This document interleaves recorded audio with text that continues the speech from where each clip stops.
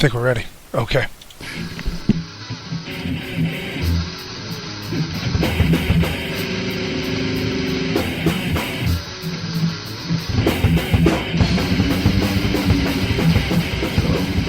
I want you to get up now.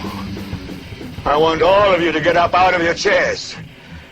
I want you to get up right now and go to the window, open it, and stick your head out and yell, "I'm as mad as hell, and I'm not going to take this anymore!" Good evening, everybody. Welcome to Smith Radio, along with your host, Brian Smith. And co-host Kerry Smith. They're giving you all the late-breaking news on April 26th, Sunday evening at 5 o'clock on the East Coast. We are fired up with all kinds of crazy stuff. My brain is much more female than it is male. And What was that?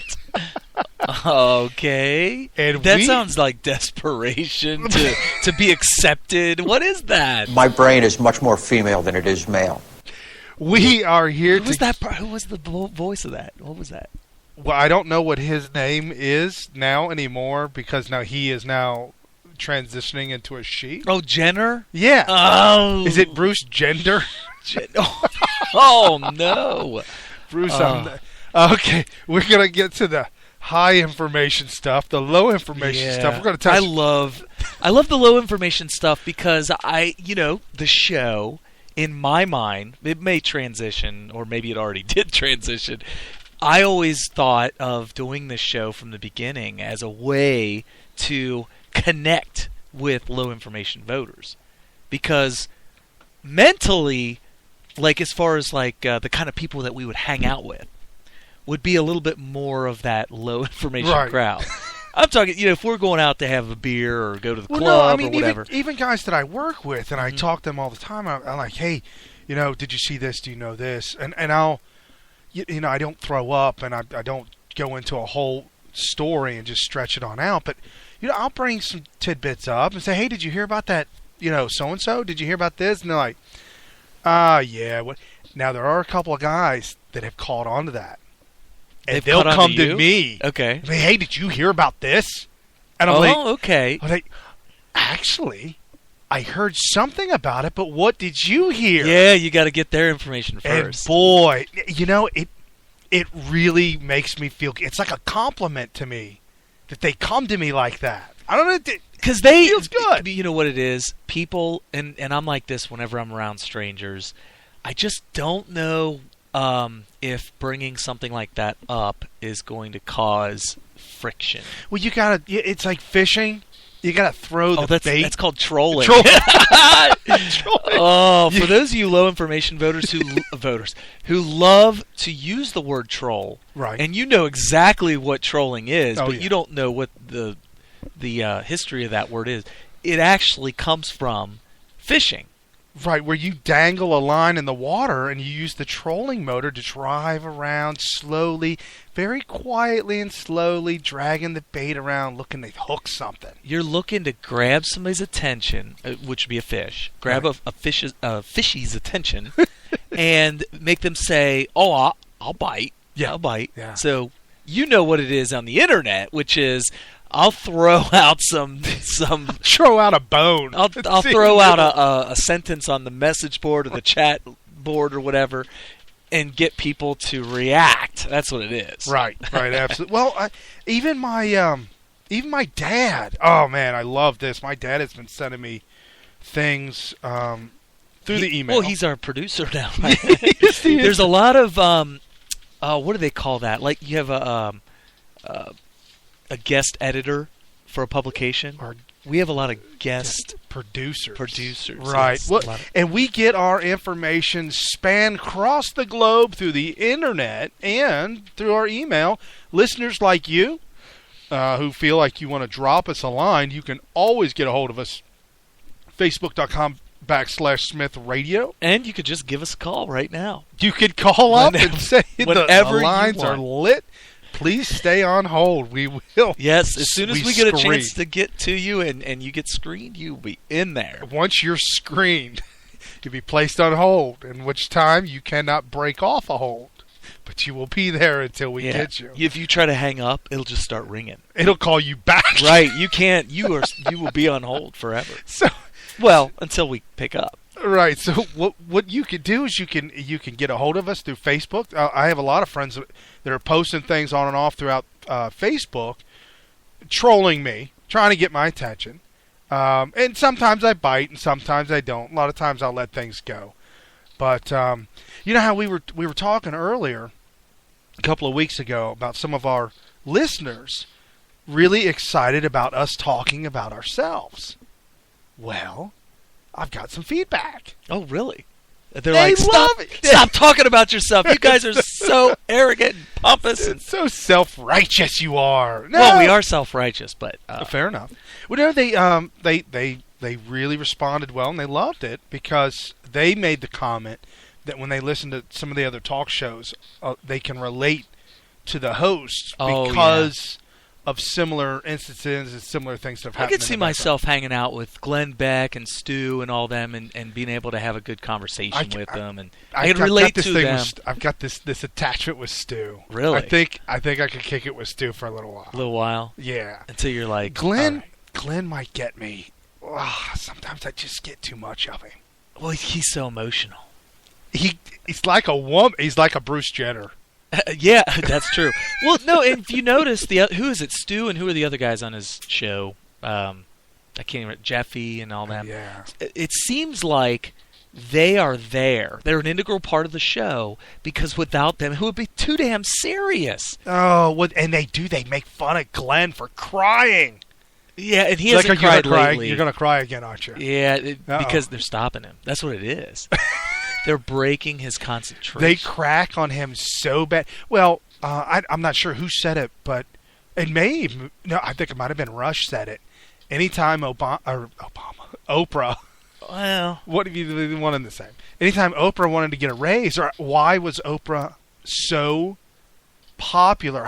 What made one single thing that made Oprah the number one star, the greatest, the single-handedly best talk show host ever, and whenever she wanted a raise, what one thing was the catalyst for all of that?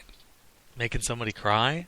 She cried. Oh, she cried. She cried. Because her guests almost always cried. Yes. Even ones that never cried anywhere, she could get them to cry. Right, and then she would cry herself. Because what she would do is, during show prep for a guest, she would bring them into the office and say, now look, this is how much we're going to pay you. But there's this giant bonus if you could shed some tears. Right, and if you need to, we have these vials of napalm. What? I'm sorry, ammonia. We've got vials of ammonia In case you need to wake up. to help you tear up. Oh, tear up. Okay. To help you to start to tear. I just need to get it off my chest. Oh, look at that. The phone lines are lighting They're up. We should lit cry up. more often. Oh my goodness! Well, we Oh. could cry. We probably got Here I 10. am stuck, and I hate the word, girl stuck in a guy's body. What? What? There's some good thing he didn't say that the other way. Oh, Whoa, that would this is not- a family That would clean not have show. worked. Well, folks, Whew. if you want to start off, and I am just riveted to this story, I can't. Are you talking about the Jenner story? Wow, you know that's something when that's our lead. I was well, this was breaking news. Diane Sawyer interviewed Jenner Friday evening, Okay. and it was televised. Is he going to keep the name Bruce? Because that's a very masculine name. Well, in the gay Bruce Willis, hold on. Bruce Lee. I mean, Right. come on. I've refused to allow homosexuals to steal my word, English word, gay. So, in the homo What do you world, mean English word? Is The- there a gay. Spanish? Well, a Spanish word for gay would be maricon. Which that's the- version of gay? Or is there only one version of gay? Well, but the word gay, It means happy. right? Okay. And I refuse to call them gay anymore. Because they're angry. They're not gay at They're not all. Gay, not even close. I mean, to they it. may like the same sex, but they sure ain't gay. Right. And I wouldn't be gay either if I did. There you go. Okay. So in the homosexual world, a Mary or a Sally would be a female man. Well, what can you describe, or not describe, but define what a Nancy boy is? Well, I think a Nancy boy would go along that same lines as being, they call it the top or the bottom. I've called a kid a Nancy boy before because he wasn't being very tough. He just laughed. But they don't usually say Nancy boy. They'll call him a Sally or Mary. Okay. Mary or Who's Sally. they? Homosexual men Oh, okay. will call feminine men Sallys. Oh, quit being a Sally. Quit being such a Mary. You're Okay. always being a Mary. Jeez. Okay. Yeah. All so, right. but the name Bruce. It's just as masculine as can be. Yeah, and it could go along also with the same terminology they use where they use the word bear. Or butch. Wait, No, Butch is female. but if you're a guy and your name is Butch, Right. but You I wanna understand in the change gay it. community it's completely different. Right. So if you're a really tough female and you're the masculine role of the female partner, you would be a butch. Well, that's funny. Every time I see, And you can't be good looking either if you're a butch. You've got to really have a hacked haircut. Well, A every butch time hack. I see a girl that fits that description, it's usually a really short haircut, flannel top, and jean overalls, or Right. something to that effect. And every time I see them, and because round. yeah, usually a little bit thicker. But here's the thing: because the fact that they actually are female, even though they're dressed like that and they have the short hair, to me, every time I see one, I'm like, oh, junior high boy. That's a junior high boy right there. Oh, Because they can't yes. grow a beard or mustache, just like a junior high boy Yes. usually can't. Yes, It looks like a junior high boy. you're absolutely right. So the term butch and their masculinity just doesn't really make any sense to me because they seem like a little boy. Right. But anyway. So he's definitely going to have to change his name from Bruce to maybe Betty. Betty, that could work. But I was approached at work on Saturday. I went in early, and there was a guy who never talks to anybody, kind of a recluse. And for some reason, we were crossing paths, and he looked at me and he said, "Hey, so did you see that Bruce Jenner interview?" Really? I was like, Whoa, What? Whoa. Where's this going? Yeah, no, that's exactly what I thought. I'm like, whoa, are you propositioning me? Whoa, hey, I don't follow that stuff. Yeah. If you know what What I I mean, right. So then I took it. It's like, whoa, hold on. Well, no, I didn't. But I don't know. I think I might have mentioned we do a radio show on Sunday night. Whoa, you went there with him. Yeah, Wow, okay. immediately to let him know it was the only reason why I would want to listen to that is for the show. Right, okay. And so he's like, yeah, I heard about that. You should have your phone busted out and actually tape an interview with him. No, he's not that kind of guy. But he ran up to you to talk to you about Bruce Jenner. Right. Okay. So Are you sure he's not that type of guy? I mean, he might be. Okay. all I'll right. have to double check. So he mentioned that, and I said, you know what? You're right. And I looked at my phone. I looked at some of my my leads for the week. I started going over some of my notes, and you know what I found? A lot of people are into Bruce Jenner's story. A lot of people are. Yeah, Americans. Guys or girls? Both. Well, in their defense, for some reason, the world, specifically Americans, are just completely riveted and obsessed over Kim Kardashian. And this is Right. her Stepdad. dad or It's mom? Yeah, I mean, it could be a mom. Stepmom, stepdad. I mean, it's like a stepdad, but it could Because be... her real dad was one of the defense lawyers for O.J. Simpson that died. Oh, okay. So stepdad. But that's neither here nor there. The fact of the matter is there's a close connection there. When we talk about Bruce Jenner, Is what it we're the really mom or saying is if you're a Kim Kardashian low information voter, Right. this story is for you. Right. Well, not only that, but Kim Kardashian was interviewed this week and asked, are you going to watch the Diets or your interview with your stepdad? Okay. And she said, absolutely. Well, yeah. So Bruce Jenner said he was going to watch the show twice. Once with the Kardashian family and once with the Jenner family. Okay. Why couldn't they just all get together? I don't know, man. Because they live too far apart or something? Maybe so.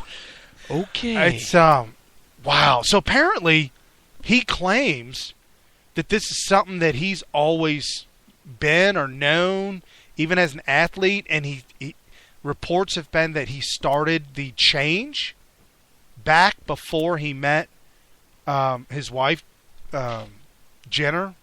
So, so once he met her, fell in love with her, he said he stopped doing it. He stopped doing what? The change. Oh, you mean he had already got the ball rolling, and then he No saw pun a intended. woman. I thought you said that on purpose. No, I didn't. But that's awesome.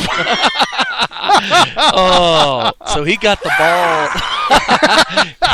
ball. Okay, so he started this process thinking, well, I'm actually a woman, and then somehow, some way, he sees another. So he's a lesbian. He's actually a lesbian. Well, He has to be. I'm going to play this clip of him with Diane Sawyer, and he's going to kind of let you know. Okay. No, he doesn't let you know. Well, He no, doesn't okay, ta- let's and walk And through I've this. talked to my wife about this. Does that mean that during he does the change? Does that mean he marries a man? Apparently not. He likes women How do you know? because he married one. He fell in love with her. He fell in love That's with what her. he said. Yeah, he fell in love with her. He was attracted to her initially. Right. Then after getting to know her, fell in love with her. Stop doing the hormones. But hold on a second. Before he met her, he's like, I'm a woman in a man's body.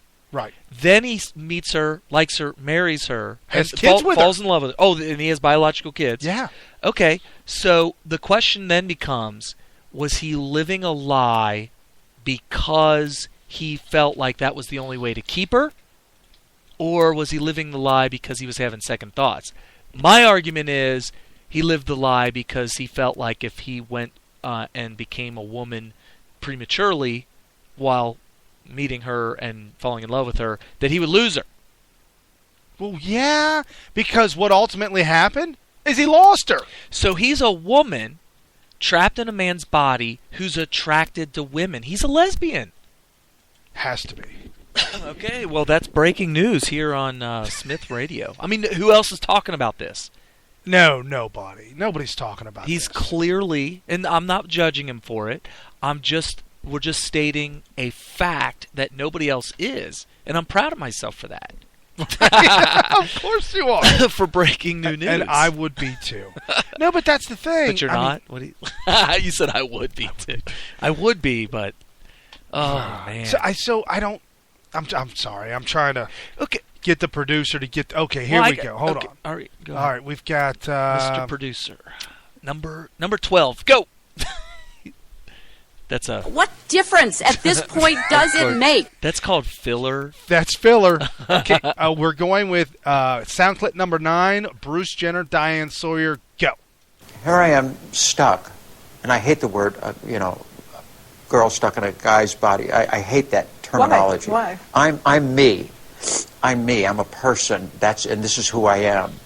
I'm not stuck in anybody's body. It's just who I am as a human being. My brain is much more female than it is male. It's hard for people to understand that, but that's what my soul is. I look at it this way. Bruce, always telling a lie. He's lived a lie his whole life about who he is. And I can't do that any longer. So can I take my ponytail out? Yeah, why not? Huh? We're talking about all this stuff.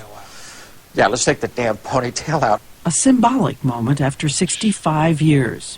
In a sense, we start again. Are you a woman?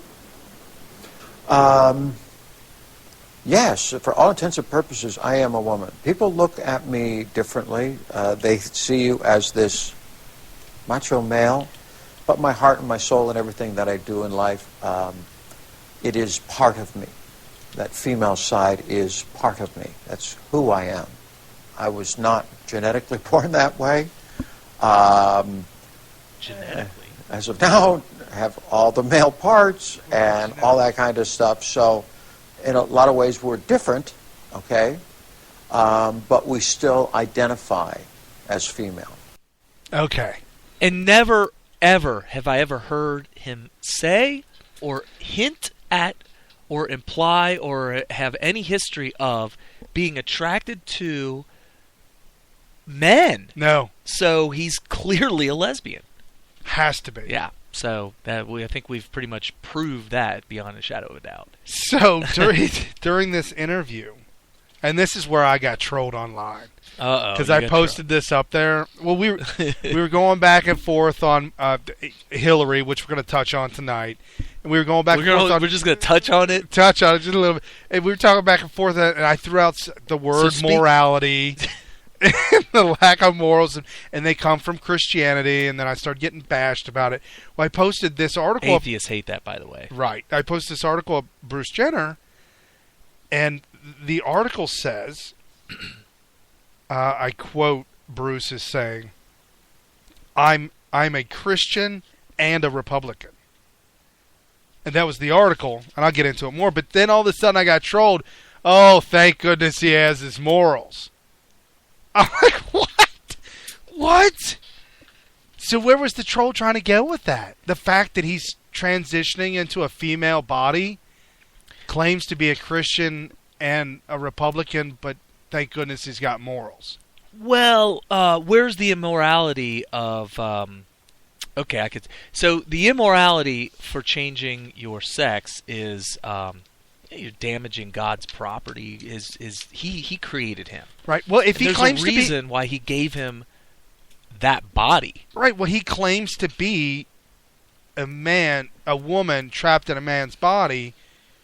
And he wasn't born with the right genetics. Which, by the way, that is medically improper.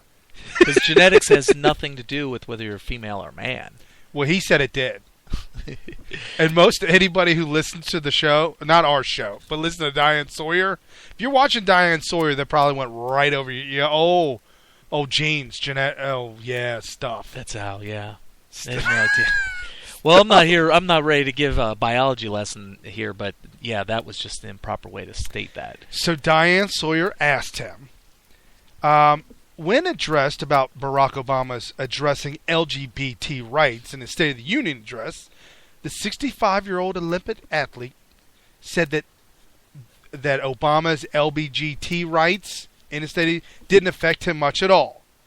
And I quote, Jenner says, I've always been more on the conservative side. Diane Sawyer looking shocked. Of course she is. As if he identified as a Republican, to which Jenner answered, yes, I do identify as a Republican. Well, and the reason that's shocking... She was shocked! Yeah, the reason that's so shocking is because they look at it as teams. And since the narrative is that Republicans are in a war on people like him, that he should, regardless of what his principles are, his ideologies are, his belief system is, doesn't matter, you never friend those that have waged war on you. And that's their narrative. That's not right. The reality of it is totally different.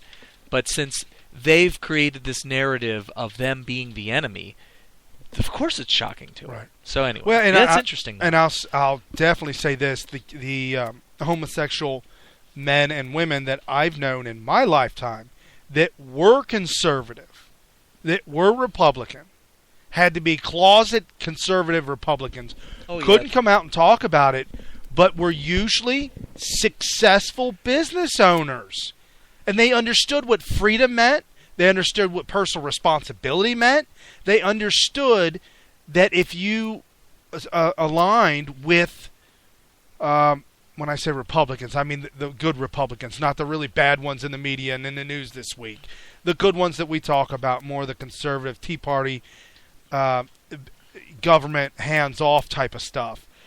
They understand that because when the government gets out of the way, successful people with drive make things happen, regardless of who you want to be with, whether of whatever gender. You're saying that nobody oppresses like liberal Democrats. Right. It's the most oppressive group of people. But no, okay, that's an interesting topic. Very interesting topic. So if you are gay or LGBT or whatever, Right. and by gay I don't mean happy, homosexual.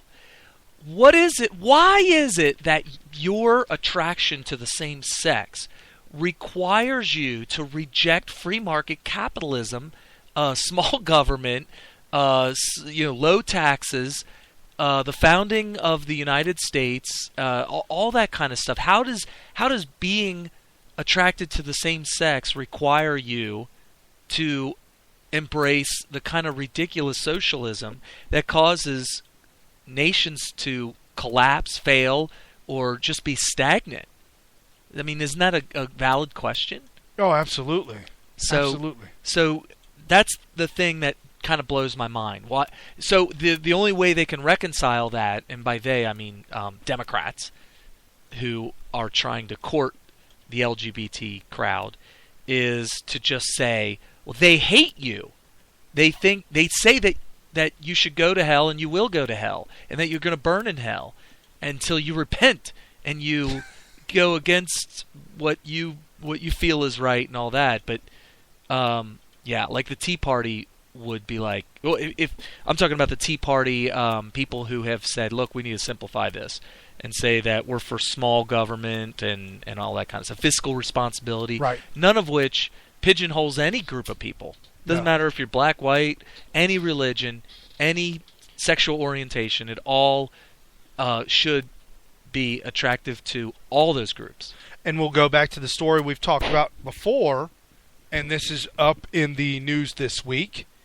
The bakery, the husband and wife bakery that said that they wouldn't bake a cake for a lesbian couple for their wedding, the judge handed down a $135,000 fine, saying that this week, this came down, an Oregon administrative law judge recommended today that the bakers who refuse to bake the cake for same-sex wedding should be fined $135,000.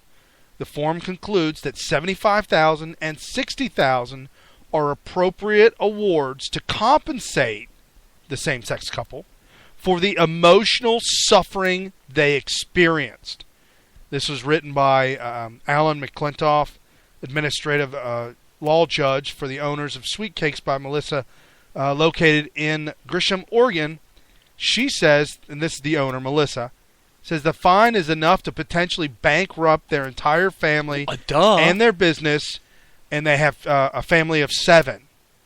A Christian man went out, it's a YouTube video, to 13 gay bakeries and asked them to bake him a pro-traditional marriage cake.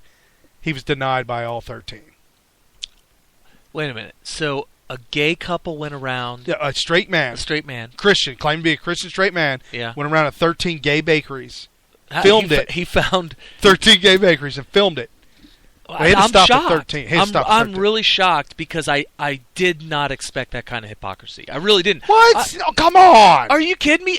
Why would a gay owner of a bakery not do a wedding cake for a straight wedding? You would think. It doesn't make any sense. You would and maybe it was the way he proposed it. Maybe he said, "I want the cake to say, we're Adam, straight." Adam and Eve, not Adam and Steve. Oh my gosh! Oh, that is hilarious. Straight up in love. Oh no! I just that was off the top of my head. I just made that Straight up in love. Excuse me? You want me to do? No, I'm not going to. Oh, really? Well, we have you on tape. Peace out. We'll be back for $135,000. Hook me up per store. I want 135 G's per store. That's 13 stores. Well, I mean, of course, each store would be required to pay the 135. And I'll give them round numbers. We'll do 100 each store. There you go. 100 G's each store is $13 million. $1.3 million. 1.3. Yep. Hey, I'll take 1.3 million. And you know what? I'm going to shop around the whole country. Yo, yeah. So the Daily Signal is doing an interview, a whole background expose on this situation. Okay. And they've got a teaser, 30-second teaser on the expose to come. You want to hear it? Yeah, All yeah, right. definitely. This is where they interview the husband and wife. This is really hard. We're just trying to live our faith.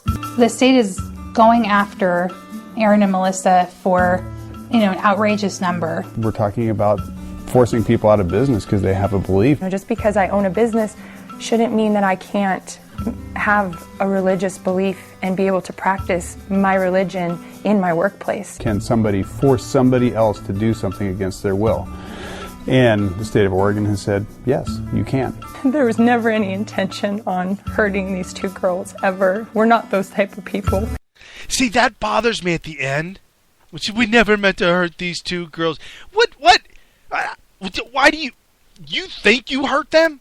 She is emotionally crushed thinking she hurt two people. No, they are the happiest lesbian couple on earth. Right, she didn't hurt them. They might not even be a couple. They might not even be lesbian. And they might not even be a couple anymore. They may be straight. Yeah. I'm going to act like I'm gay and go get my $135K. See, but here's the thing. In court, their lawyer should say it is impossible for anyone in the entire world to bake a cake for a lesbian wedding. Well, by definition, it wouldn't be a wedding. Exactly. But you could... We're talking about technicalities, and that's what they do in the law all the time.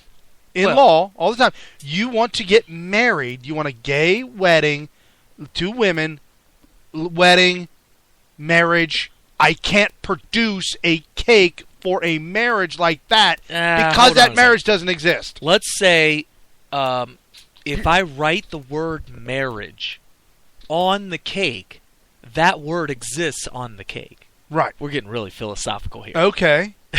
But just because you wrote it on the cake doesn't mean it is what you say it is.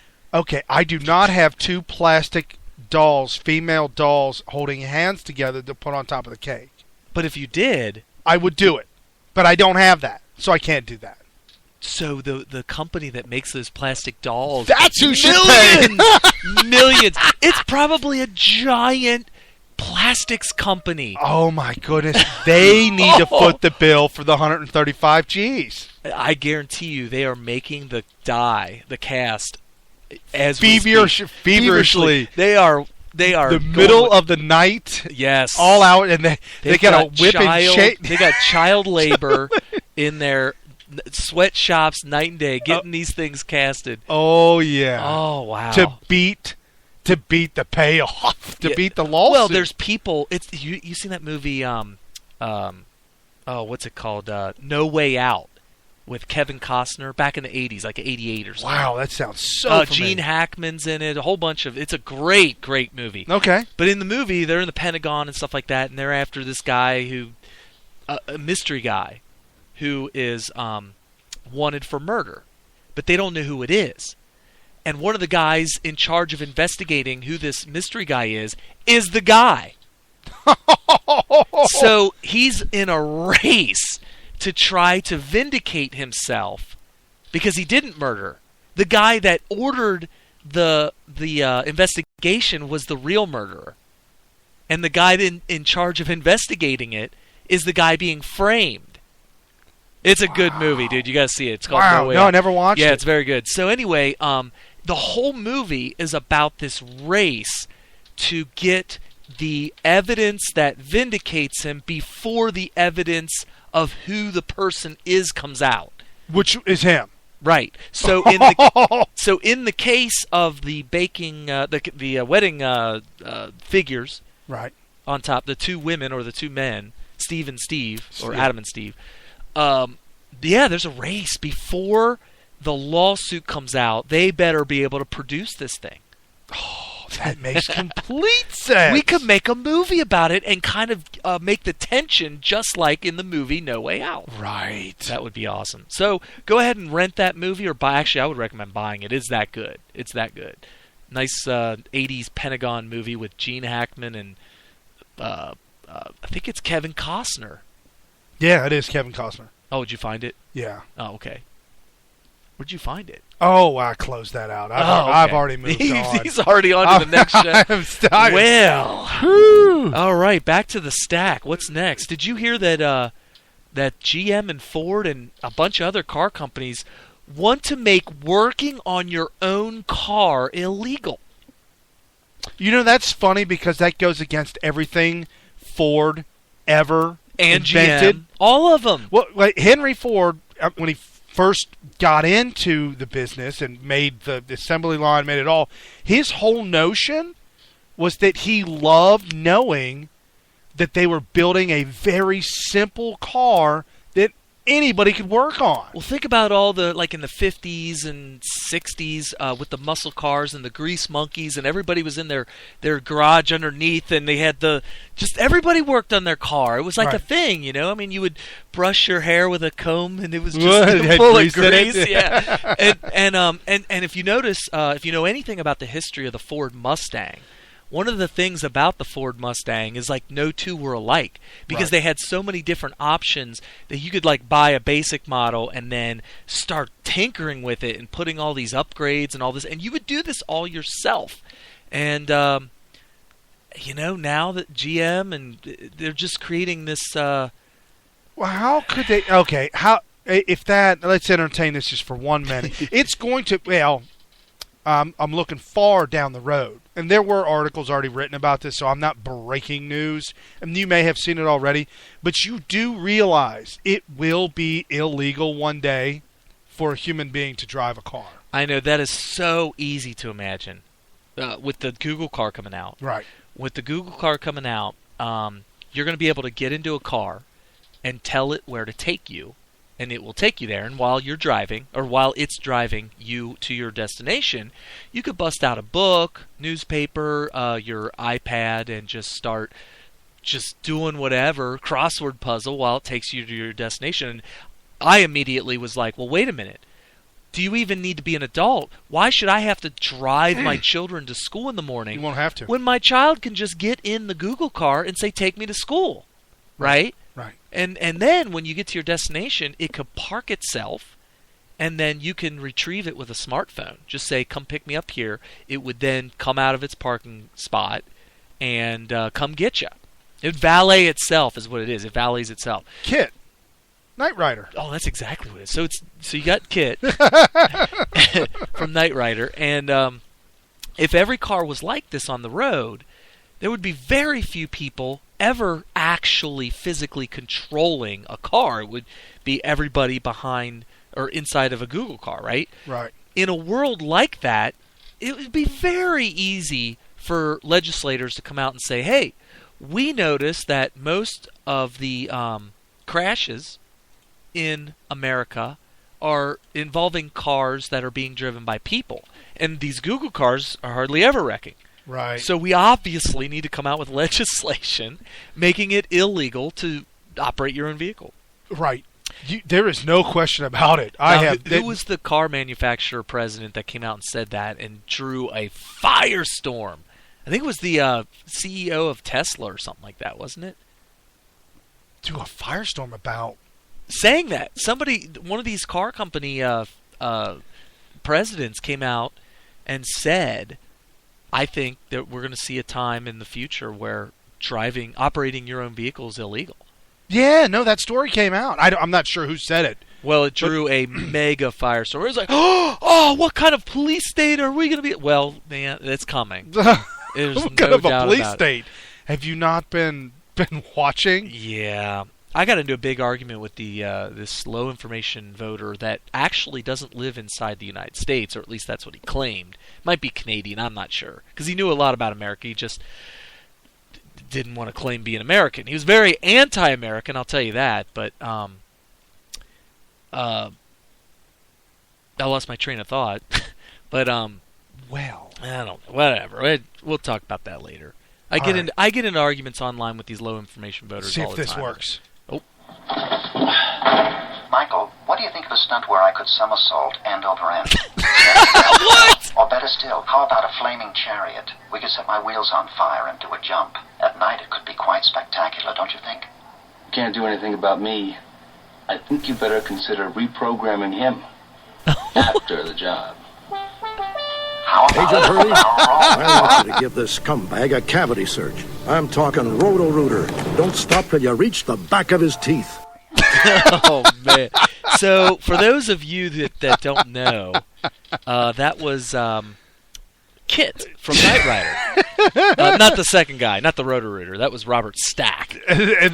Well, that would be the third guy. The second guy was David Hasselhoff. Oh, David Hasselhoff. Having a conversation with Knight Rider. For those of you tuning in from Germany, you know exactly who that is. Do you realize how popular David Hasselhoff is in Germany? David Hasselhoff is Germany's Kim Kardashian. He's a mega star. If he doesn't live there, it's probably because he's worried about the paparazzi. Right. He is such a mega star. But that was the talking car, Kit, from Knight Rider. And the funny thing is I don't remember him saying stuff like that. Usually apparently he was sick. Okay, the car was sick. Okay. And David Hasselhoff was looking at the guy who fixes the car, and he looked at him and said, "I think you need to fix him, not me." So apparently he had a bug, and he was talking about... he got hacked. Hey, how about that trick where I go end over... Yes, front end over and somersaults. I light my tires on fire. Would it be neat at night? Oh, my goodness. Whew. So anyways, I digress. Yeah. Oh, the low information voter, I caught myself. I'm back on track. Okay. I am glad I was able to bring you back. So he accused America of being a police state. And at that point, I was like, well, damn. I'm being honest with you, dude. I told him, I said, dude, I'm going to be honest with you. I can't really argue against that. But that's not because of any... The argument was about the founders and the founding and how the whole thing is flawed and they were evil people. Everybody in America who has anything to do with any part of your typical American culture, they were all the most evil people who have ever lived. And I'm totally destroying him in this debate. I'm answering everything, and anything you have to question regard to that, I will show you how you're wrong. But when he said we live in a police state, I was like, well, you're right. Breaking news, in case you don't know. Yeah, we do. We live in a police state. If Obama ever found out about this radio show, we would be in serious trouble. Oh, yeah. Because of the police state. I am shocked the IRS is not... Oh, let's not even bring that up. Hey, you want to do something funny real quick? Yeah. You got the beat, you got the bang.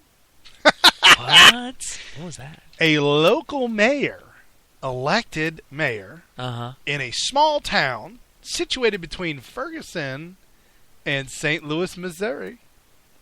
Okay. The title of the article was Cop Blocked. Oh, wow. Whoa. Talk about double entendre. Whoa. I thought our show was bad. Cop Blocked? She was cop blocked. Okay. Apparently she was elected mayor and she was to take office the first day, let's say, I guess Monday, when she showed up for work, and there were cops there. Okay. They said, I'm sorry. You can't come in. What? She was elected mayor? Well, you've been served, you've been suspended, and the local guys, whoever serves impeachment process, he said that you've already been served impeachment papers. How? And she said, I don't know what you're talking about. So this is what she had to say. And I am in control today. I am the mayor of the city of Kinloch. What is wrong I here? won. The people spoke. I was sworn in by the St. Louis County. Yeah. Today, I take office. I want them out. I want keys. Earlier in the week, after the election results were certified by St. Louis County Board of Elections, Kinloch's outgoing administration refused to allow the city clerk to give McCray the oath of office and alleged voter fraud. Today is the first day that this door has been unlocked. The first day, they keep it locked. You got the beat, you got the bang. They have a security officer, police, sitting right here at the door. This is the mayor. This is the mayor-elect ranting and raving. Well, here's you know what? It doesn't matter what they sound like and what they say and their language and whatever. If she was duly elected mayor, well, then let her in the damn door and let her do something that resembles being a mayor. Well, the reason why they are have suspended her and served her with impeachment papers is because of voter fraud. Oh, jeez. Throughout the entire article, nowhere could I find her party affiliation. Oh, of course not. Nowhere. I still have no idea. Which tells you everything you need to know.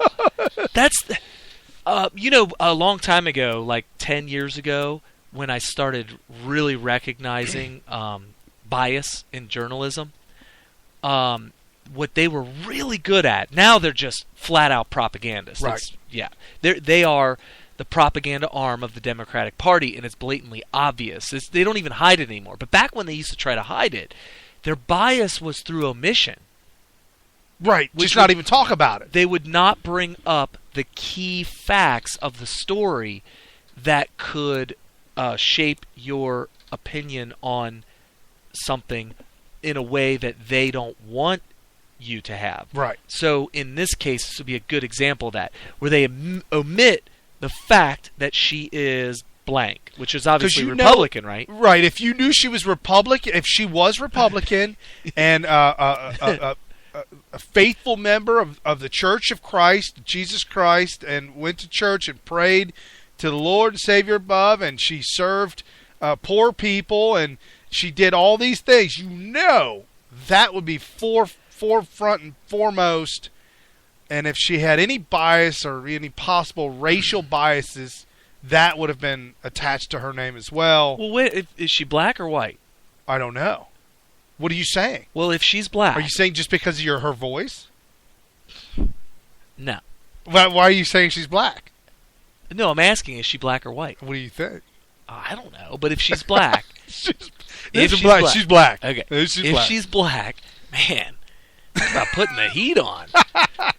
Whew, somebody got the air conditioner here? Can we turn it down? If she's black, then it wouldn't matter if she said something racist, because that would be omitted by the journalist. Correct. If she was white, it didn't matter if she didn't say something racist. They would say, well, clearly she's a racist. Right, and clearly she's had racial thoughts. And wait a minute, is she a woman or a man? I don't know. What are you trying to say? I don't know. Well, what do you think? Let me call Bruce Jenner. Oh, man. You know, can I phone a friend? The first soundbite that you click, that little tiny one of him, whatever it is, I thought it was a man with like a little bit of a higher voice. Oh, Bruce Jenner? No, of her. Oh, it sounded like a man? My first thought was... You got the beat, you got the bang. You got the beat. I thought it was a guy that had like a little bit of a higher voice. You know what? You're right.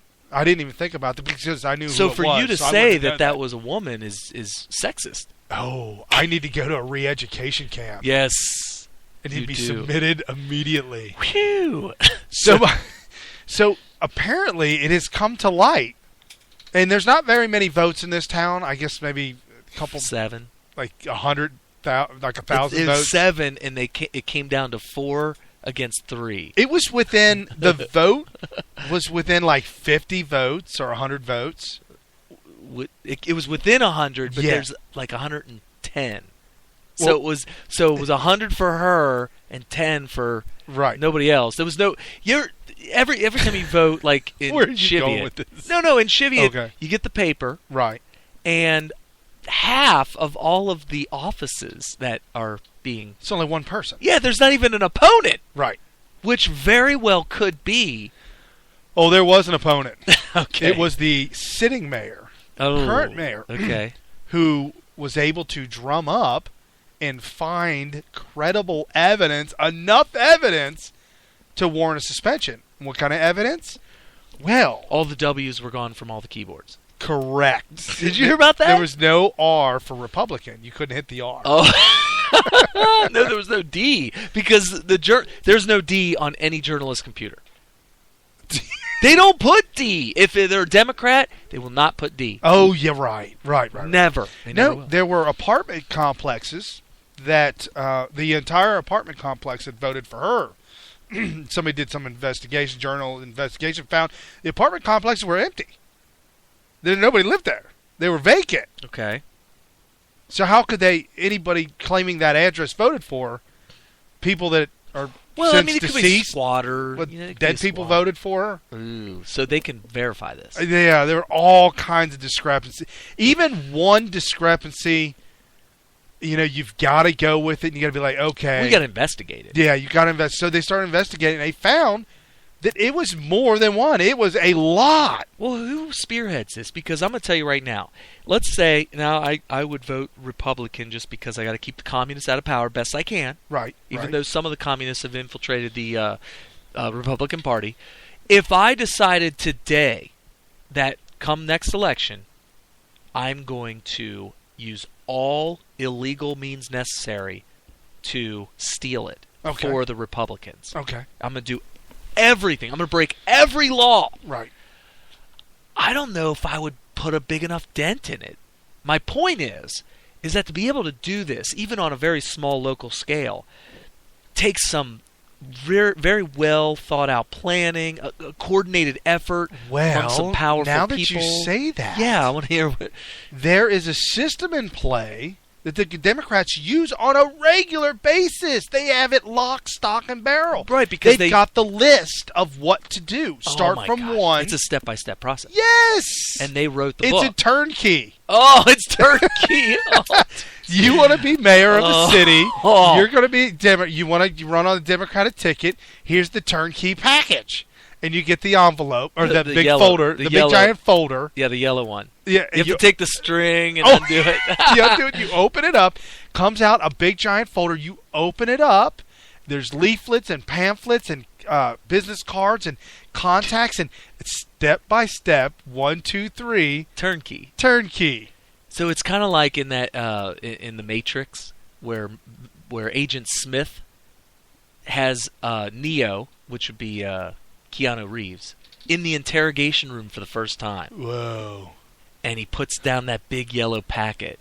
He's like, as you can see, we've been following you for quite some time. Yeah. And the packet was really thick. Yeah. And he takes the little string and he undoes it and he opens it up and pulls it out. Yeah. So that's the turnkey. That's kind of what it looks like. Absolutely. And all you have to do is go step by step, mayoral race in a jar. Well, and here's the thing. Just add water. Well, you're missing something. What we started this conversation off with.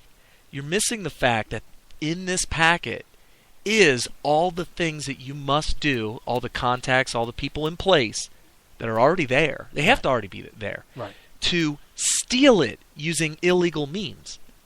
Oh, and they are. There's all kinds of organizations to hire.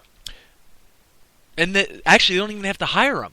They turn the key. Yes, they're already in place. Yes, they're already lock, stock, and barrel. They have done so much, like these honest, I guess you will, journalists. Whenever a big election comes up, like even the last elections with Obama. I mean, that's how all that information got. That's how all that information got out. How does a Black Panther dressed in Black Panther gear with a nightstick stand at a polling place at the front door? Man, do you have the sound bite for that? How is that legal? That was really intimidating the camera guy. How is that legal? It's not. It's clearly illegal. Yeah, I mean, there's no question as to the legality of that. Right. So, yeah, I'm glad that guy took the video. I don't know why he didn't call the police and tell them this is illegal. Right. What he's doing here. So anyway, he may have. So the allegation is she stole it using the turnkey Democratic operation. Right. Apparently she forgot to pay the cleanup crew.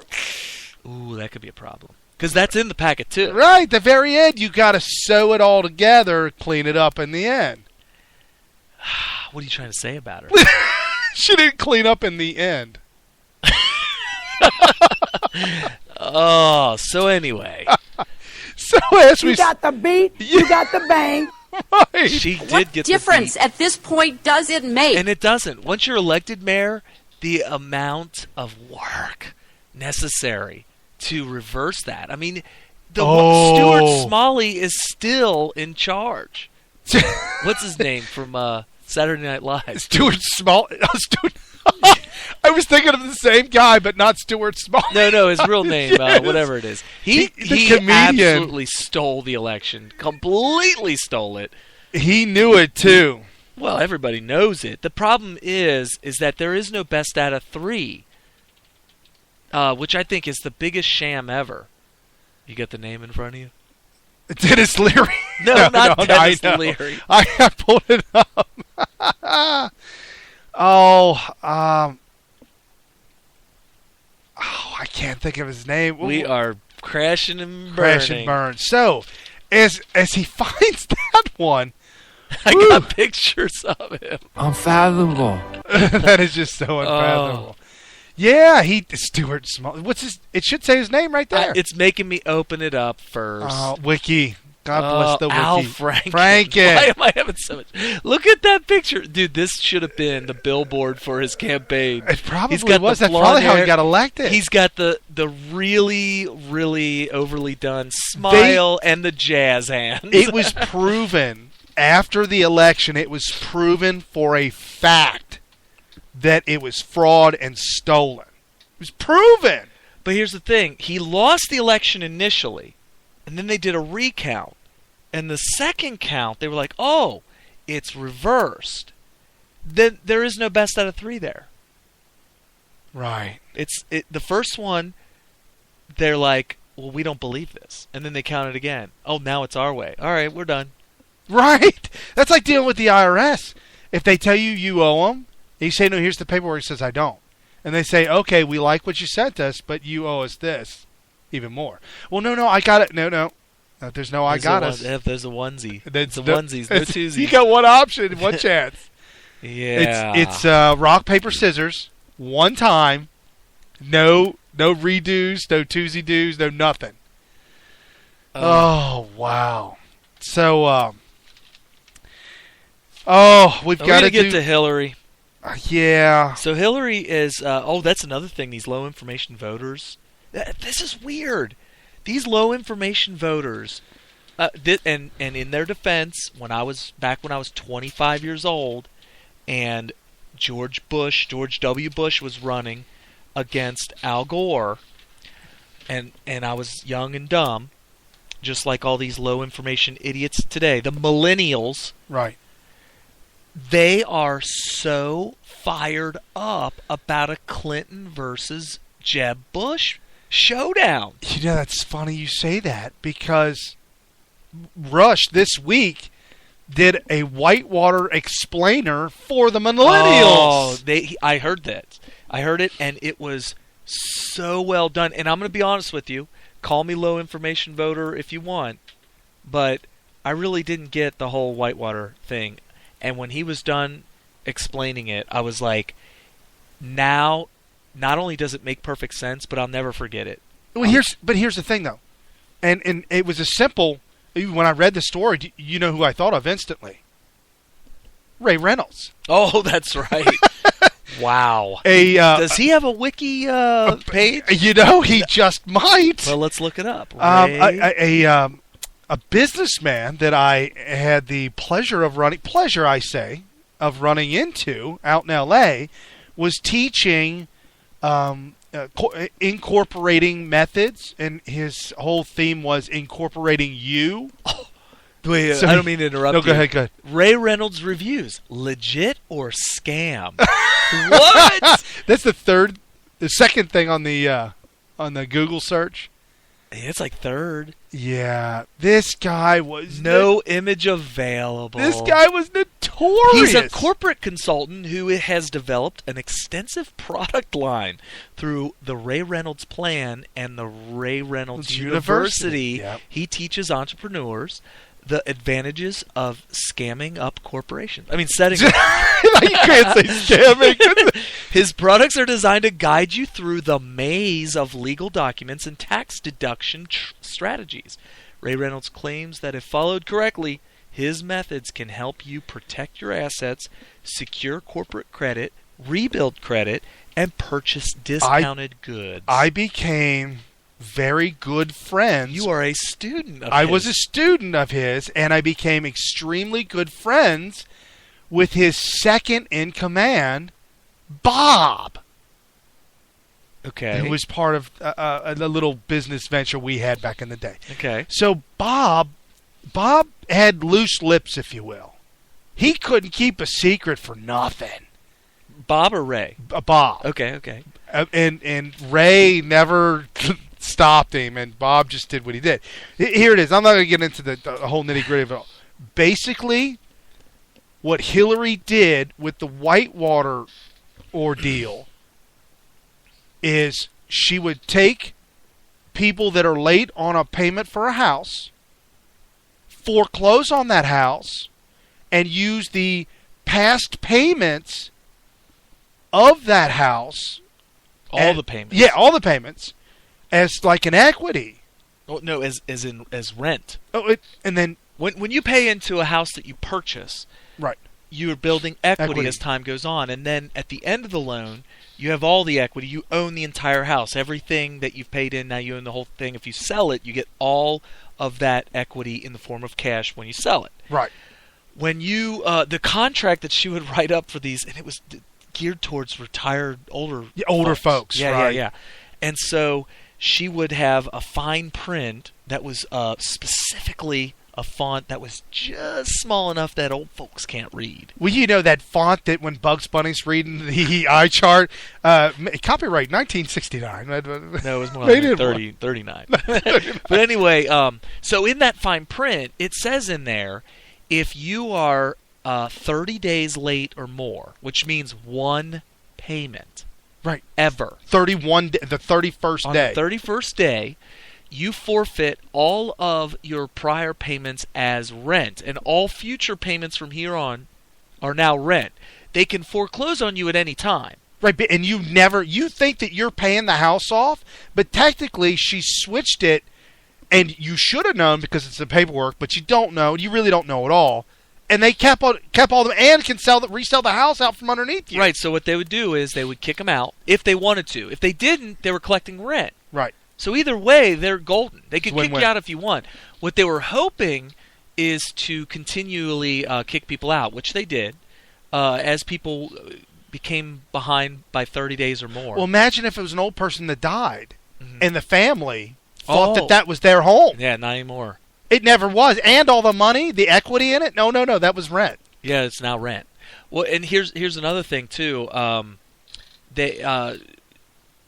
She would specifically target people who she thought there was a good chance that they weren't going to be able to keep up on this, so that they can get it. Think about it. She doesn't get that much if they're always on time and they're always able to pay on time. She doesn't get that much. Not much at all. She wanted people to fall behind. And that's where the scam was. Like, we gotta find people that we know can't afford this. Now, technically, and I wrote in this on Facebook, so if you stay on top of this with me on Facebook, you'll see my comments. My comment was, now I don't know the whole back ends and the doings and the legalities of the paperwork and stuff. However, if she had structured it like Ray Reynolds would have, it structured it like I may have. I wouldn't, because I am a moral and just person. She is morally bankrupt. However, she may not have legally broken a law. See, with corporations, you can do a lot of shady things. Just ask Donald Trump. He has done a lot of really bad, shady things. He's done a lot of things where he'll put together a project, take donations. Ray Reynolds did. This is one of the last things Ray did. Before he went to prison? Before he went to prison. Okay. And this is classic. This same thing that Donald Trump did, some of the things that Hillary would have done and may have done. Or still doing. Is that and I almost got in this project. Uh-oh. It was $100,000 to get in. Oh, my gosh. So everybody remortgaged their homes. Refinanced their homes, took the mortgage out, and they dumped $100,000 on Ray Reynolds, and he said it was limited to 15 people. So $100,000 on 15 people, $1.5 million. He said, what we're going to do is we're going to invest it in some kind of strip malls in Europe. Oh my gosh. Funnel the money back and put the money in an offshore account and somehow draw 12% on our money per month.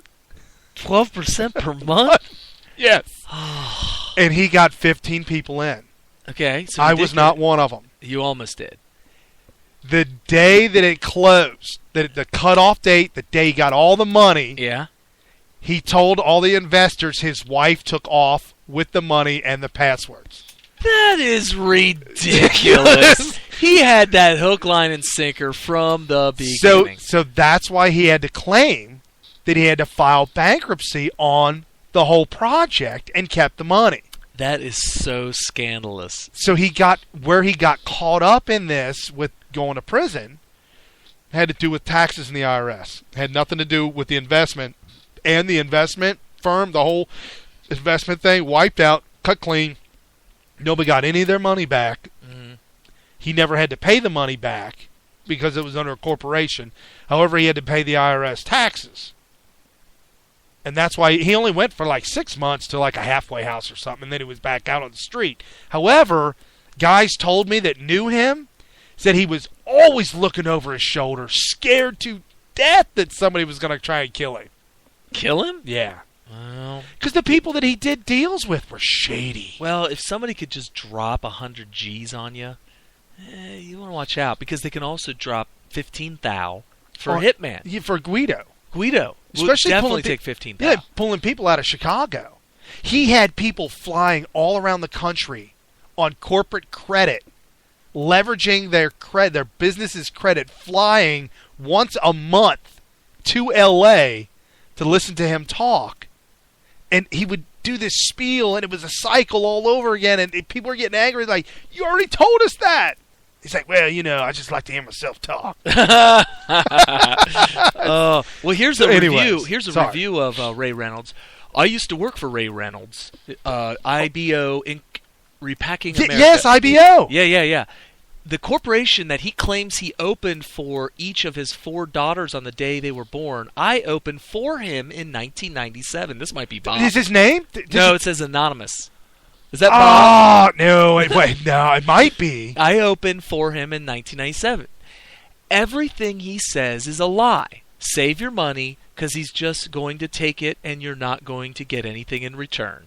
Did you find this review helpful? It might be Ken. Yes, let me click on it. It might be Ken. Oh, it's and Ken did get into. Ken was his partner, and he got into that $100,000.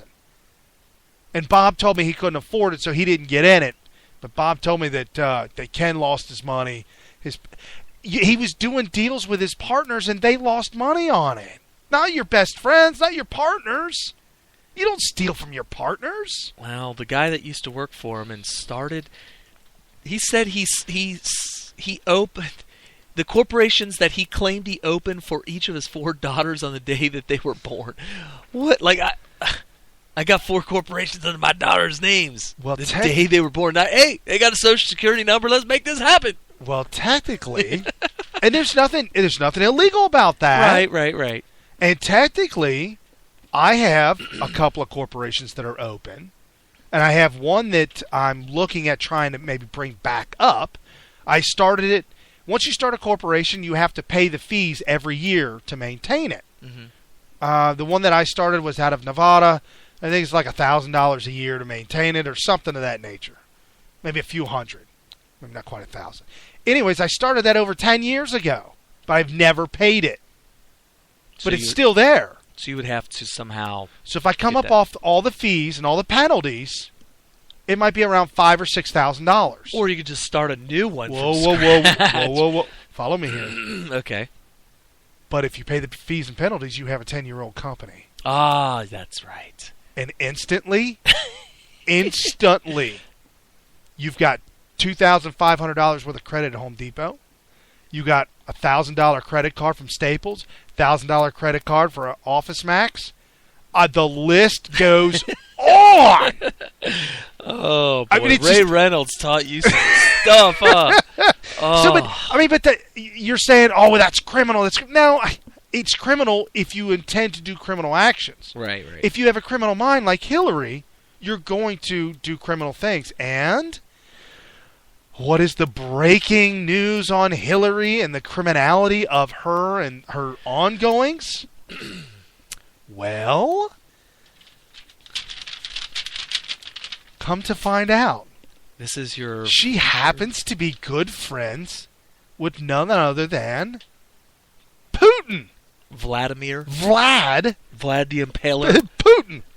Okay, here's how it reads. Cash flowed to Clinton Foundation amid Russian uranium deal. You know, I first saw this article and I was like, uranium? Really? Cash flow uranium? Like, it didn't click with me, but I had to get into it, and I did this for you folks. For you that listen to us every week. And you know, we got to drudge through the mud and the muck to dig up the real truth about what's going on. So here's the Cliff Notes. The article that I read states that in January 2013, it detailed how Russian Atomic Energy Agency, Rostom, had taken over a Canadian company with uranium mining stakes, stretching from Central Asia all the way to American West. Okay, so Russia took over a Canadian company that had mining rights from Asia all the way to America.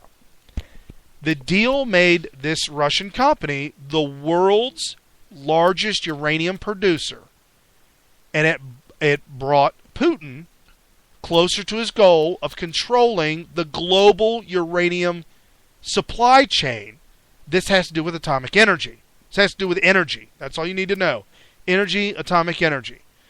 So if Putin controlled the globe's uranium supply, that would make him in huge demand, not among people, but among countries, which is where the money's at. I mean, the big money is when you can leverage. I don't want to get into the muddy. I don't want to muddy the waters on what. No, I'm not muddying the water. I'm just saying if you can leverage countries' money, that's bigger money than leverage individual people or let's companies. Forget about the money here real quick. Hold on. I'm getting to it. More to it. Okay. So beyond these mines, it's some of the other mines, they're the most lucrative in the world, and the sales gave the Russians control of 1/5 of all the uranium produced and the capacity in the United States. This had to be signed off by, in order for this to go through, it had to be signed off by the State Department. Okay. That's when Hillary Clinton was Secretary of State. She signed off on it. As the Russians gradually assumed control of the uranium company, and they started really ratcheting it up and consolidating everything, 3 separate transactions from 2009 to 2013. That's when they started doing everything, putting everything together. Canadian records showed massive cash flow made its way back to the Clinton Foundation. Well, there you go. I think it's been proven that she's the architect of this deal and that the motive behind it was a massive amount of money, specifically not just for her to make her rich, but to make her president of the United States. So it's going to be for her campaign, right? Yeah, well, I mean, when you think about it, I mean, we were talking about this last week. She's aiming to raise $2.5 billion. Yeah, and with how she set up her Clinton Foundation or whatever, that's easily obtainable goal, because so many people are going to be given to it as if it's some sort of a charity. Right. Which it had been pointed out this week that only 15 cents out of every dollar donated to the Clinton Foundation goes to anything that would be deemed charitable. Right. So the other 85 cents goes to her personally. Correct. And I will say this too, though. There are nonprofit organizations out there strewn across the world that do less. Less than that? Yeah, that's pretty bad. Yeah, there's some organizations out there, where maybe 10 cents goes to the charity and 90 cents goes. But that's in the fine print, and you need to vet. You need to look into the charities that you submit to, because you don't know where the money's going. I mean, Sally Struthers and her trying to raise money for children in Africa while she was eating, foot-long hoagies in front of them. Mm-hmm. I mean, all the 85 cents of every dollar cent went to her hoagie to fund her meals. So you got to understand where your money's going. Was it 85 cents for her, or was it more? For Sally Struthers? Yeah. I don't know what the Was percentage it Suzanne Summers? Oh, wait, that was the... She was the one with the thing leg, the inner thigh machine. The what was it called? I can't remember. The thigh master. The thigh master! That's right. But it is criminal when you think about the fact that you set up a charity nonprofit organization with the painting the picture of this organization to be for charity and to help. When really you're just like, how can I make my salary bigger? How can I funnel this money towards my campaign for office? And how can I use this as a way to just put money right in my pocket? Right. Which may or may not be legal depending on how she does the paperwork. You've really got to dig deep into the paperwork to see if she crossed all the T's and dotted all the I's.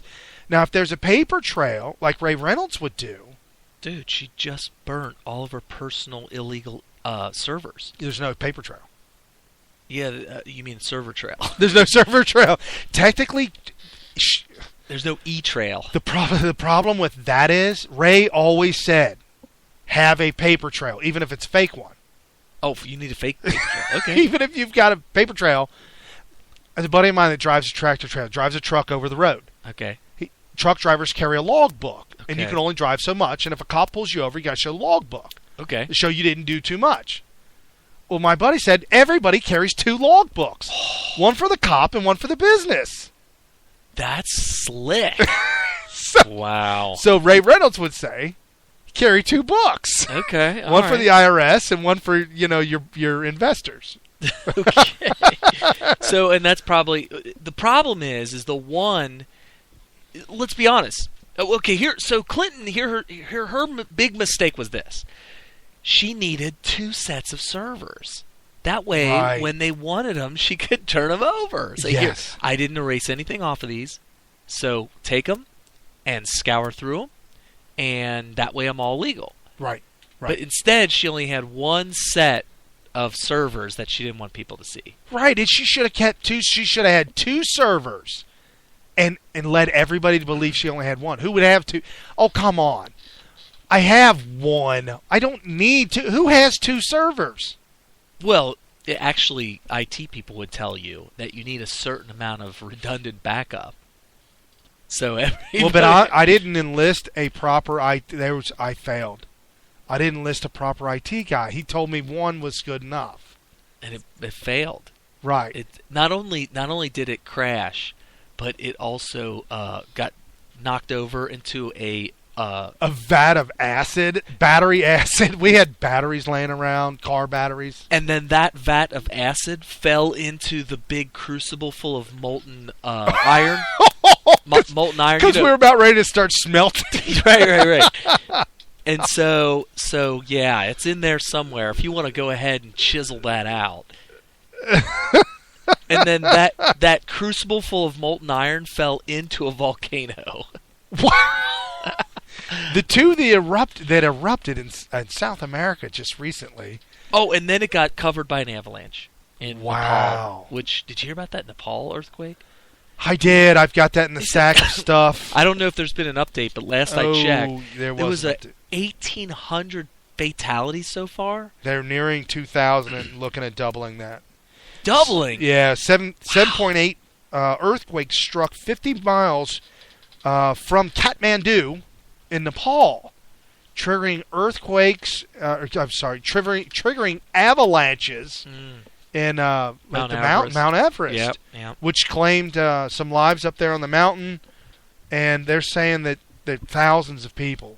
They just rubble everywhere. I was shocked because, I mean, even when... Well, first of all, it was a 7-point something, right? 7.8. 7.8, which is pretty big. Aftershocks is 6.9. Yeah, that's pretty big. But there were big earthquakes like that in near very, very populated city centers in California. in the past. Yeah, but nowhere near that many deaths. But when you're over there in a country like that, I mean, they don't have buildings set up like you mean they like don't do have here. Building codes? Well, they may, but their codes are certainly not. They don't have unions that do good work. Right. Oh. Woo. Yeah. Speaking about unions, not to jump and get people all confused, but in North Carolina, unions are pulling out because they were met. Apparently, Boeing moved to North Carolina to get away from the unions, and the unions went to North Carolina to unionize the workers. They were met with gun-toting workers, and they said, "We're sorry, we're pulling out." Wow. Good for them. I'm very proud of them. Let me tell you, once you work for a good aerospace company that's non-union, how is that even possible? You would think that they would have come in there with the thugs and right. Well, UPS, United Postal Service, is a unionized company. Okay. They're major. Well, the first company to start, they're the competitor of the first one to start, which is FedEx. FedEx is non-union. How do they stay non-union? They have flat screen TVs in every office, streaming whatever television you want to watch at any time. So they use free market. The lunchrooms are packed and stacked with all kinds of vending. I mean, the highest end vending machines you have ever seen. Okay. Flat screens all over. Free soda. They've got the fountain drinks. It's all free. So in a roundabout way, unions have helped. Yes, yes. Because think about it. If there were no unions, and let's say it was illegal, maybe it was illegal to do collective bargaining, right. unionizing, whatever it may be, then you would have companies like FedEx who wouldn't need to make it so attractive to be there or attractive to not unionize or whatever. So in a roundabout way, it did help. But one thing you don't want to do is to allow your business to unionize, because that's like being diagnosed with cancer. Oh yeah, like, absolutely. Oh, leukemia. You got the union. You got the union. You got the union. You've got blood cancer. Right. And let's say you operate a large corporation, and let's say you're not treating your workers very well. Maybe you're underpaying them. Right. Their perks of working there are very just not very good. Right. And on top of all that, the work environment is not very safe. Ooh. Okay.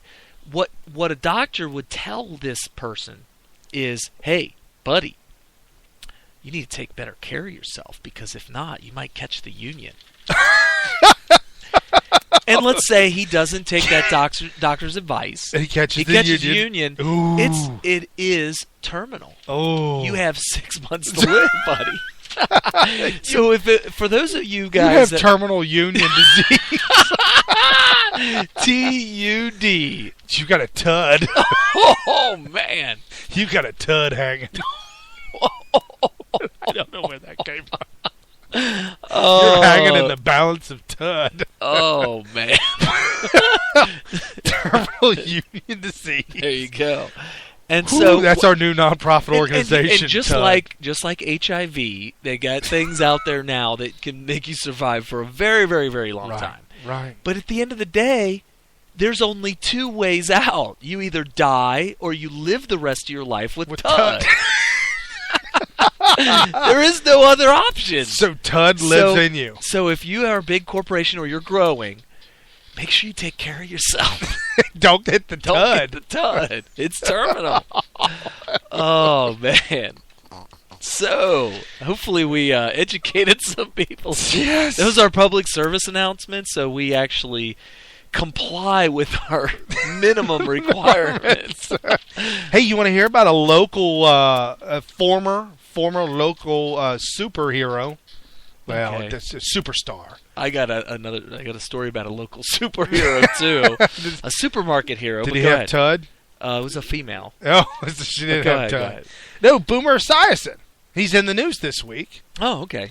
apparently he went to college. I didn't know he went to college, University of Maryland.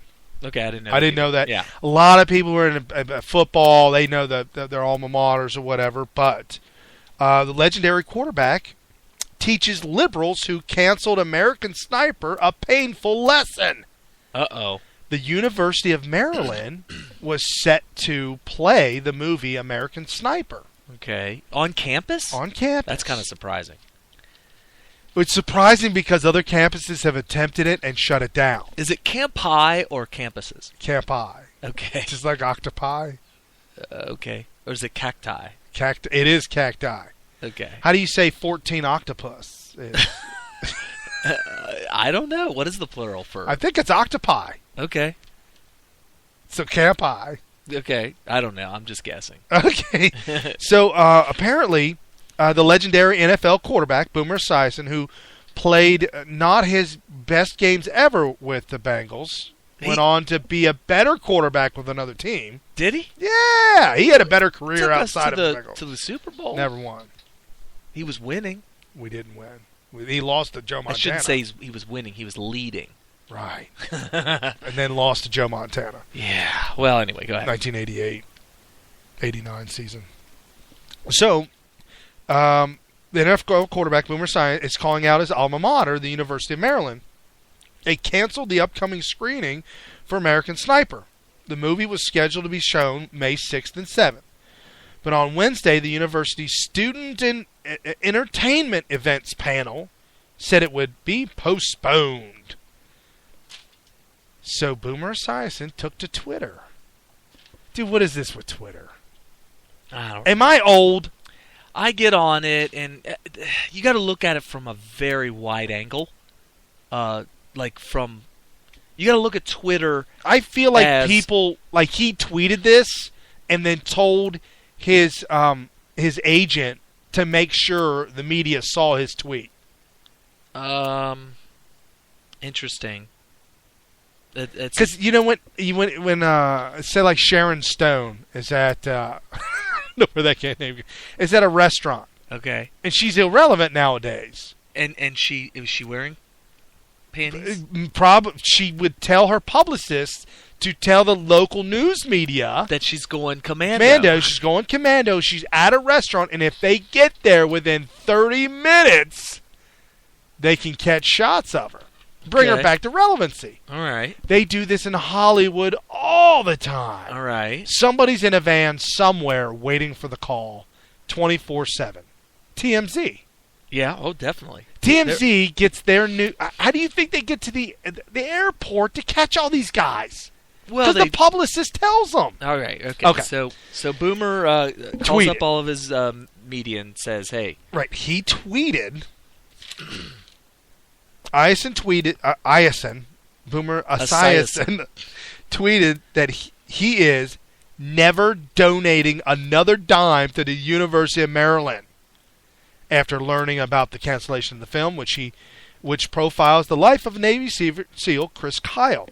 He also tweeted, "I'm deeply saddened and insulted." I don't know why he's insulted, but okay. Esiason added, "Chris Kyle," he emphasized, "is a hero." Boomer Esiason in the past has been a major supporter of his former school, and he has made huge donations in the past, but has now effectively decided to cut them off. Briar Higgins, president of the university... Can I intervene? Yeah, go ahead.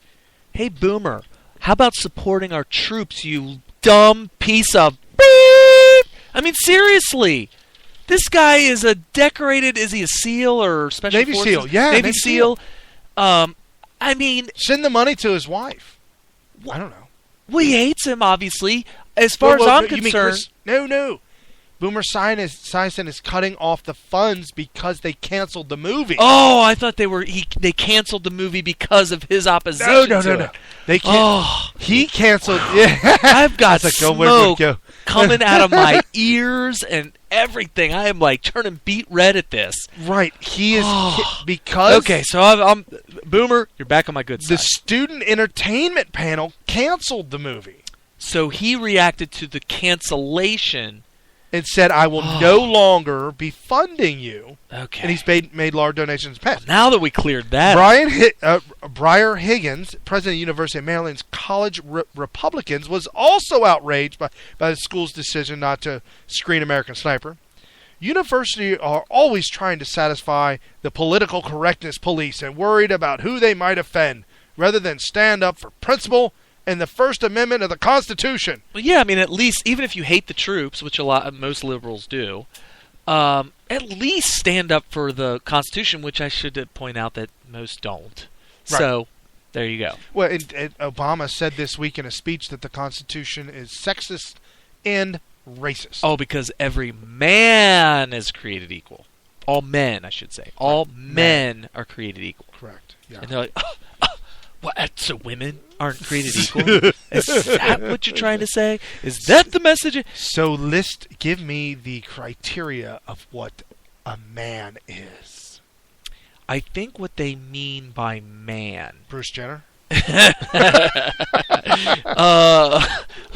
Yes, Bruce Jenner. Michael Jackson? Yes. Well, think of it this way. When you hear the word mankind, what do you think of? Wasn't there a movie about mankind? Well, there was One Small Step for Man. One step for Was that a sexist phrase? They were sexist back in the day. This is one small step for man, one giant leap for all the women that rule over the man. That's what they... If he had said that, right, he would actually be a hero today. We're talking, of course, of Neil Armstrong. Right. But anyway... so what mankind is, and maybe just to be fair and to be accurate, I'm going to go ahead right now and give you the actual definition. But mankind, I've always thought of as referring to humanity, all humans. Right. They just call it mankind. I don't think it's a slight against women. It's just what they've called it traditionally. But so when he said so the Constitution being sexist, saying all men are created equal, that isn't really sexist, and I'm sure that's not what they were thinking. But the definition of mankind is human beings considered collectively, or the human race. So the word mankind does not refer to either gender. That's by definition. Although the second definition is men as distinct from women. But they said that that's archaic.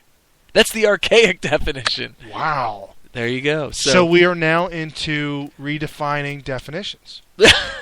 What is the definition of definition? That is a Bill Clinton moment right there. What is the definition? It depends on what the word is. There you go.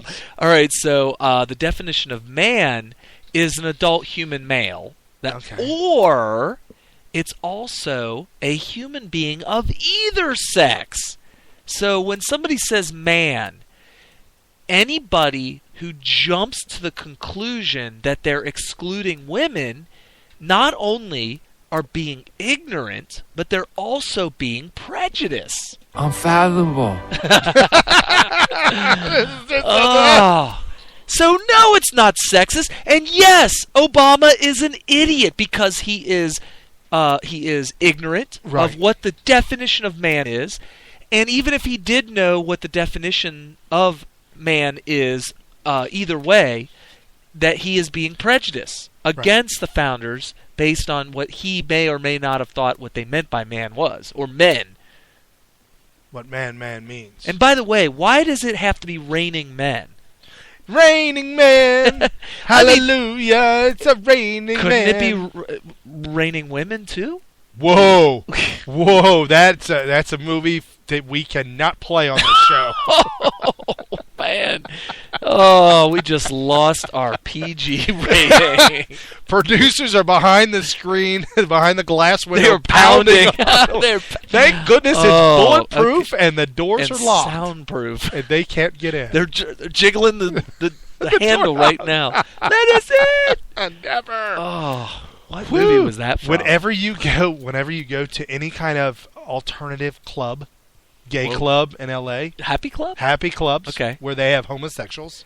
So that song, Because I'm Happy, it's really... Ooh, wow, interesting. Wait, when he was interviewed on Oprah, he cried. There you go. He cried on Oprah. That black man who's the singer of that song. He almost cried when they gave him an award, Grammy, whatever. Okay, I've been thinking about this for a while now. Now that we've touched on it, I've got to get it off my chest. I've got a theory. Okay.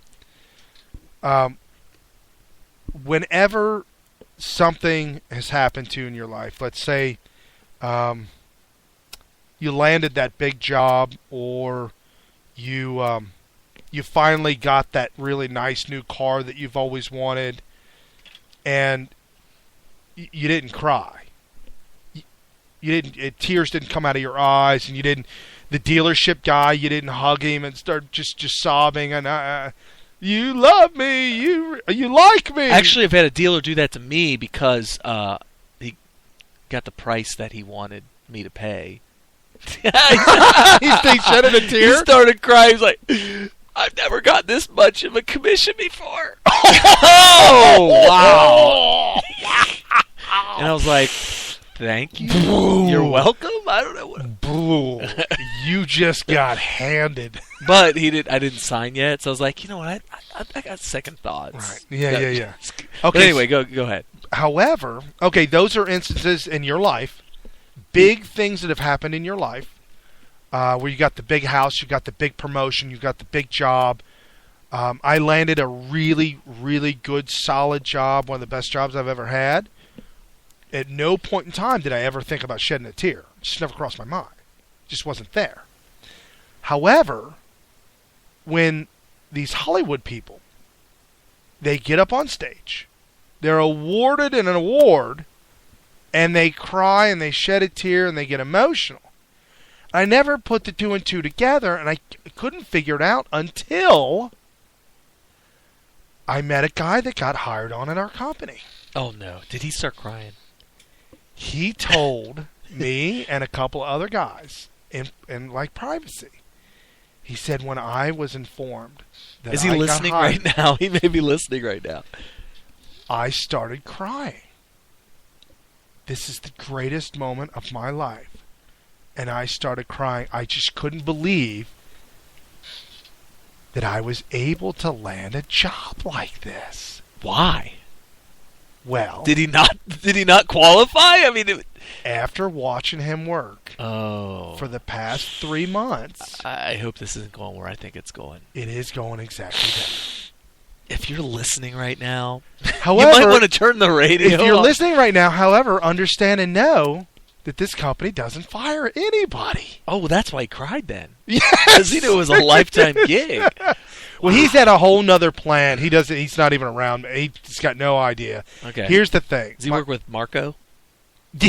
That's another company, yeah. Oh, does he work with... A completely different company. Yeah. Okay. Not the one that I'm at now, no. Okay. But here's the whole thing. I started to put it all together. He was completely unqualified for the job and didn't deserve the award. Just like those who win the lottery and cry. Oh, I got you now. You just won the lottery. You won $1 million and you start crying. Why? Because you don't deserve it. Or at least you believe you don't deserve it. Right. These actors and actresses get up on stage knowing that it's all borderline a sham. Their world is a paper tiger. It's held together with toothpicks and paper clips. It's not even glue. Toothpicks and paper clips. A little bit of a nudge, and that thing's coming apart. Yes! And so they get this award, and just like your buddy or colleague that knows he's not going to get fired, you can't take away a Grammy. No. You have it for life. Right. You can cuss people out. You can get racist. You can go all Alec Baldwin on anybody you want. Even your daughter, and you're still an award recipient. Even his own daughter, yeah. You could eat food off of the kitchen floor. Right. Who did that? Hasselhoff. Did you say Hasselhoff? Hasselhoff did that. I think the H is silent. Oh, you know, man. the sad thing about David Hasselhoff is his children filmed him. So drunk and stupid, laying on the kitchen floor eating dog food. If my daughter ever did that to me, You could never drink again. I would borderline I'm look gonna at ask her to do suicide that as being a solution. I would ask her to do that to me. On So purpose, that I could yeah. do it. Yeah, I'm doing that. I'm going to do that tonight. Will you please film me doing this? So that I can stop drinking. Yeah, I got to stop somehow. This is going to get it. Oh, that has got to be. You've hit rock bottom when your daughter has to not just videotape you, not just show She you. talked through it. No. Not just videotape it, not Yeah. just show it to you and say, Dad, I'm really disappointed. But to post it on YouTube. Yeah. You know that's where it's got to go. Unless their publicist recommended it. Oh, man. Well, yeah, that's very, very we're going to make you relevant in America again. because he was not. You know, because we've got, what's his face, Braveheart. Mel Gibson. Yeah, we got Mel Gibson going William postal Wallace. Yeah, going postal Jew on policemen. So he's relevant again. It's so we all need the Jews' or the Jews' fault, or right. something, whatever he said. So we need to bring David Hasselhoff back. It was all a scam. It was to take the heat off of Mel Gibson. Really? Yeah, they got paid. You know how it is. Because Mel Gibson won a lot of awards. Oh, yes. Yeah. But he didn't cry. Interesting. No, he never cried because he deserved it. He produced the hard work, the effort, the production value. Yeah. All the stuff that he put into it. Has he ever made a really bad movie? I mean, I can't. I think even The Patriot, which for some reason I couldn't get into as much as like I couldn't Braveheart. get into it either. Braveheart, you really, really get into. And he tried to do an American version of Braveheart with The Patriot. And it didn't work. But anyway. What, but how well did it go over? It didn't go over. I mean, Braveheart was like one of the greatest films of all time type of thing, you know, where when it came out, people were watching it over and over again. And then when it came out on video, everybody went out and bought it on video. And so Braveheart was just this mega blockbuster. And you could just tell The Patriot... When you watch The Patriot, so you haven't seen The Patriot? I think I just seen it one time. It has Heath Ledger in it. Yeah, Brokeback Mountain guy. Yeah, I don't like Heath Ledger. Yeah, I'm not Brokeback Mountain on that. Well, the audience scored this on Rotten Tomatoes at an 81%. Then, by the way, we've talked about this in a previous episode. 81% doesn't mean 81% rotten. It means 81% fresh. Right. Right, so the audience says it's 81% fresh. Okay.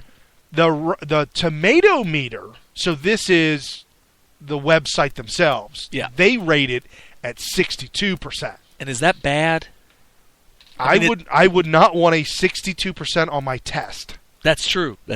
Okay, so but it's not like a 30%. But no, yeah, it's not like something that Meryl Streep would have made. And I can't even remember the exact plot other than that it revolves around the American Revolution, and there was a son that wanted to fight and a dad that didn't want him to fight, and somebody ended up dying, a family member, and then he kind of went all Braveheart on it. Yeah. He went Braveheart. It was literally like... Take a step back in time with this drama set during the American Revolution. Farmer Benjamin Martin Mel Gibson was born and raised in South Carolina, fought bravely during the French and Indian Wars, but since the death of his wife, Benjamin has renounced violence. Oh, of course. Quietly tends to his crops, raising his 7 children alone. And in 1776, you know how it is. So... Yeah, and I think I think Heath Ledger may have gotten killed, I'm not sure, but whatever. And that caused him to go all Braveheart. Oh. And you remember in Braveheart, he practically single-handedly kills the entire country of England. And it's fine. What's he got against England? First Braveheart, he's like, we'll get the Scots after him. And then he goes to America and said, let's get the Americans after him. Wow. He's got this vendetta against Great Britain. Is there Jews there? Is that what happened? Whoa! Hey, wow. I'm just asking. Whew, that's amazing that you would say that. What difference at this point does it make? I'm just saying. As we quietly move along. Quietly. Let's go ahead to the next. What's in the stack over there? Well, we have the Attorney General, Eric Holder, has stepped down. And is he not in prison yet? No, he's free. What about Lois Lerner? Is she in prison? Did you hear the story on her? No, she's free. She's been found innocent of everything. Oh, of course. It's all thrown out. Of course, she's good to go. Eric Holder this week says he defines his time at the Department of Justice when they look back 50 years from now. I can tell you. Here's what he said. He said when the not JFK, but JFK's brother went to the Department of Justice, we define that moment as a golden age in American justice. And when they look back 50 years from now, they will define us and our time as the new golden age. His time. He is so full of himself. Does he not know how illegal? He was about ready to cry. The guy is a criminal. Right. He was about ready to cry. If you have any respect for anything written on the Constitution, and just civility and recognition of the sovereignty of individuals in the United States of America, one has to come to the conclusion, and historians, if there's any hope for the survival of the Constitution, the Bill of Rights, and any respect in the future for the Declaration of Independence and everything America's founded on, one future historian would have to look back on Eric Holder and say, that is one damn criminal. Oh, yeah. Absolutely. I mean, if anybody should do jail time, he should go to jail. I mean, you talk about blood on somebody's hands. So, he's been wiped clean, and apparently he's been let go because somebody has been nominated to take his place. And Obama nominated Loretta Lynch 5 months ago. And they've been the Congress and the Senate have been holding out the vote to vote her in. And so for 5 months, it's been going on and on and on to, I guess, to vet her out, to figure her out, find out whether she's good enough. I mean, I don't get this. I'm looking at a picture of him right now, of her. It looks like Eric Holder with a wig. Well, funny you say that. Because it is Eric Holder. It's Eric Holder with a wig. So we're going to have more war on Republicans. This week, the Senate confirmed Loretta Lynch as Attorney General. That's just terrible. And here are the 10 Republican senators that broke ranks and sided with the Democrats. You mean communists? Right. To get Loretta Lynch over the 50-vote threshold. She barely, I think she got 3 votes over. I think it was 53. The threshold was 50. She had 53 votes, something like that. Kelly Ariota of New Hampshire, which is very disheartening because she was first female black, I think first female black senator. Something special about her as a Republican that she was put through. She's minority, but there were high hopes for her. Anyways, Orrin Hatch, a Utah, Lindsey Grahamnesty, South Carolina. He's a complete piece. He's a piece. Yeah. Susan Collins of Maine, Jeff Flake of Arizona, Mark Kirk of Illinois, yours and ours truly, Rob, I've lost my mind, Portman of Ohio, Thad Cochran of Mississippi, Ron Johnson of Wisconsin, and I don't know who I'm running against, Mr. Mitch Mitchell. Mitch McConnell. Oh, Mitch McConnell. Mitch, I don't know who I'm running against, McConnell. He, honestly, I think he is deliriously Alzheimer'd. He doesn't know where he is or who he's running against. I can't remember who he ran against in the primary. Remember, he got primaried. Well, yeah, the Tea Party member was going to hammer him out. Neville? Yes, they were going to beat him out. Yeah. Yeah, he was in big trouble until Rand Paul came to his rescue and bailed Mitch McConnell out, endorsed him, and that was the end of his opposition. Rand Paul is starting to hang himself too a little bit. He's starting to side. I won't forgive him for that, for what he did for Mitch McConnell. However, if he's nominated as the Republican nominee for president, well, I will vote for the person that's going to beat the communist. That's right. I want to make this loud and clear, folks. We are voting for whoever is not the communist. Right. That has to happen. Anybody who does otherwise is you're throwing away the last bastion of freedom. Right. On Earth. So anyway. So why should Loretta Lynch, Lynchburg, Tennessee, Lynchburg Lemonade, why should she not have been confirmed? I'd like to hear this. She's been close friends with Eric Holder for many, many, many years. Which right there should outlaw her right there. Right. In 2013. Guilty by association. Yes, guilty by association. In 2013, named chair of Eric Holder's advisory committee. So pretty much Eric Holder's stepping down to have his right-hand woman take over. 2014 worked with Eric Holder to force Citigroup to pay $7 billion for helping trigger the financial crisis of 2008. By contrast, Loretta made no mention to the various government policies, most notably the Community Reinvestment Act, which in the name of social and economic justice had required banks to knowingly lend money to unqualified borrowers. Yeah, they particularly non-whites, minorities. So she blamed Citibank and got money from that. $7 billion. How do they lay down and take this? Probably got a back deal on the back end. I don't know. Citigroup's pretty big. I have no idea. Could be. You know what they do? They give it to them, and it's a tax. It's a tax write-off. They could write the whole thing off. They actually gained money from it because they had They reported a lower amount of money that year. Yeah, and so it put them in a lower tax bracket. They actually got an earned income tax credit. We're saying this with tears in our eyes because and the reason why we laugh is because there may be a bit of truth in that. Oh, it's absolutely so.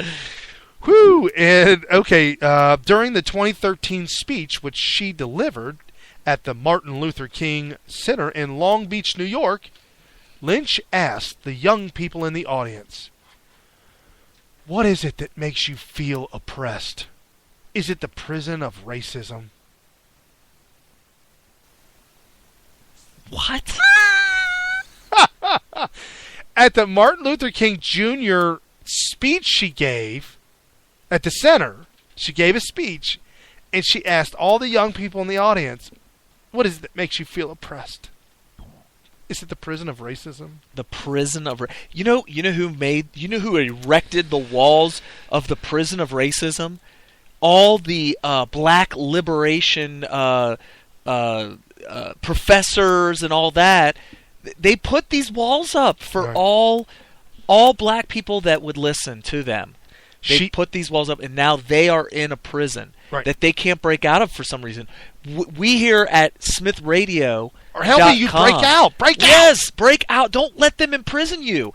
Women and men that are teaching you that America is racist and that you are being oppressed and that you are a victim. That's the big thing.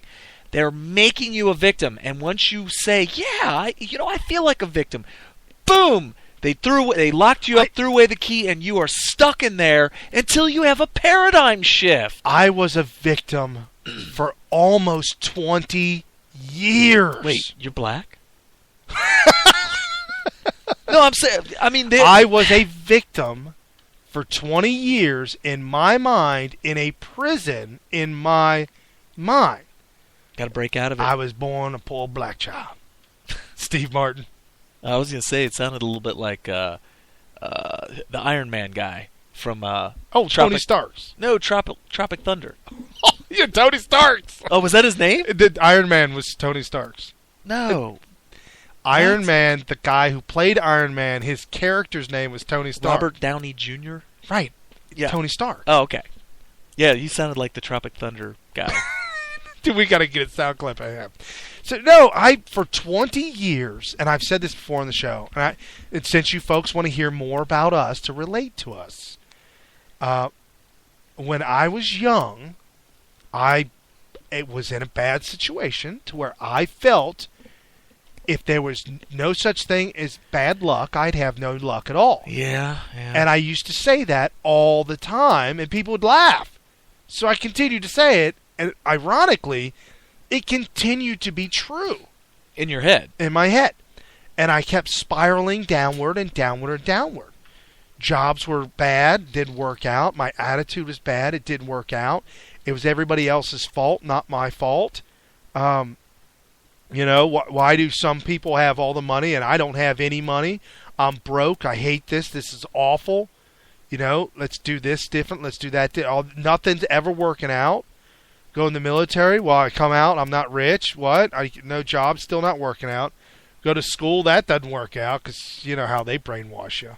Well, not only that, but whatever they do for you ends up being worthless. It was complete. The money, the $25,000 that I spent in the 2 years of going to Purdue University was the paper was worthless. Anyways, then I got to pay the paper back. So I run away, and I'm always running from the problem. Whatever the problem was, I'm running. And so I run away from the problem to L.A. to get away from everybody and everything. And at some point in time, I have a complete, absolute identity crisis, which led to a paradigm shift, which led me to believe that you were a man trapped in a woman's body. Correct. And so when I started to think to myself, I thought, hey. My brain is much more female than it is male. So I realized that I needed to take personal responsibility for me and myself and everything around me. So you had a chopodictomy. I did. Oh, wow. No, I had an addictomy. Oh, okay. So you used to be a woman. Right.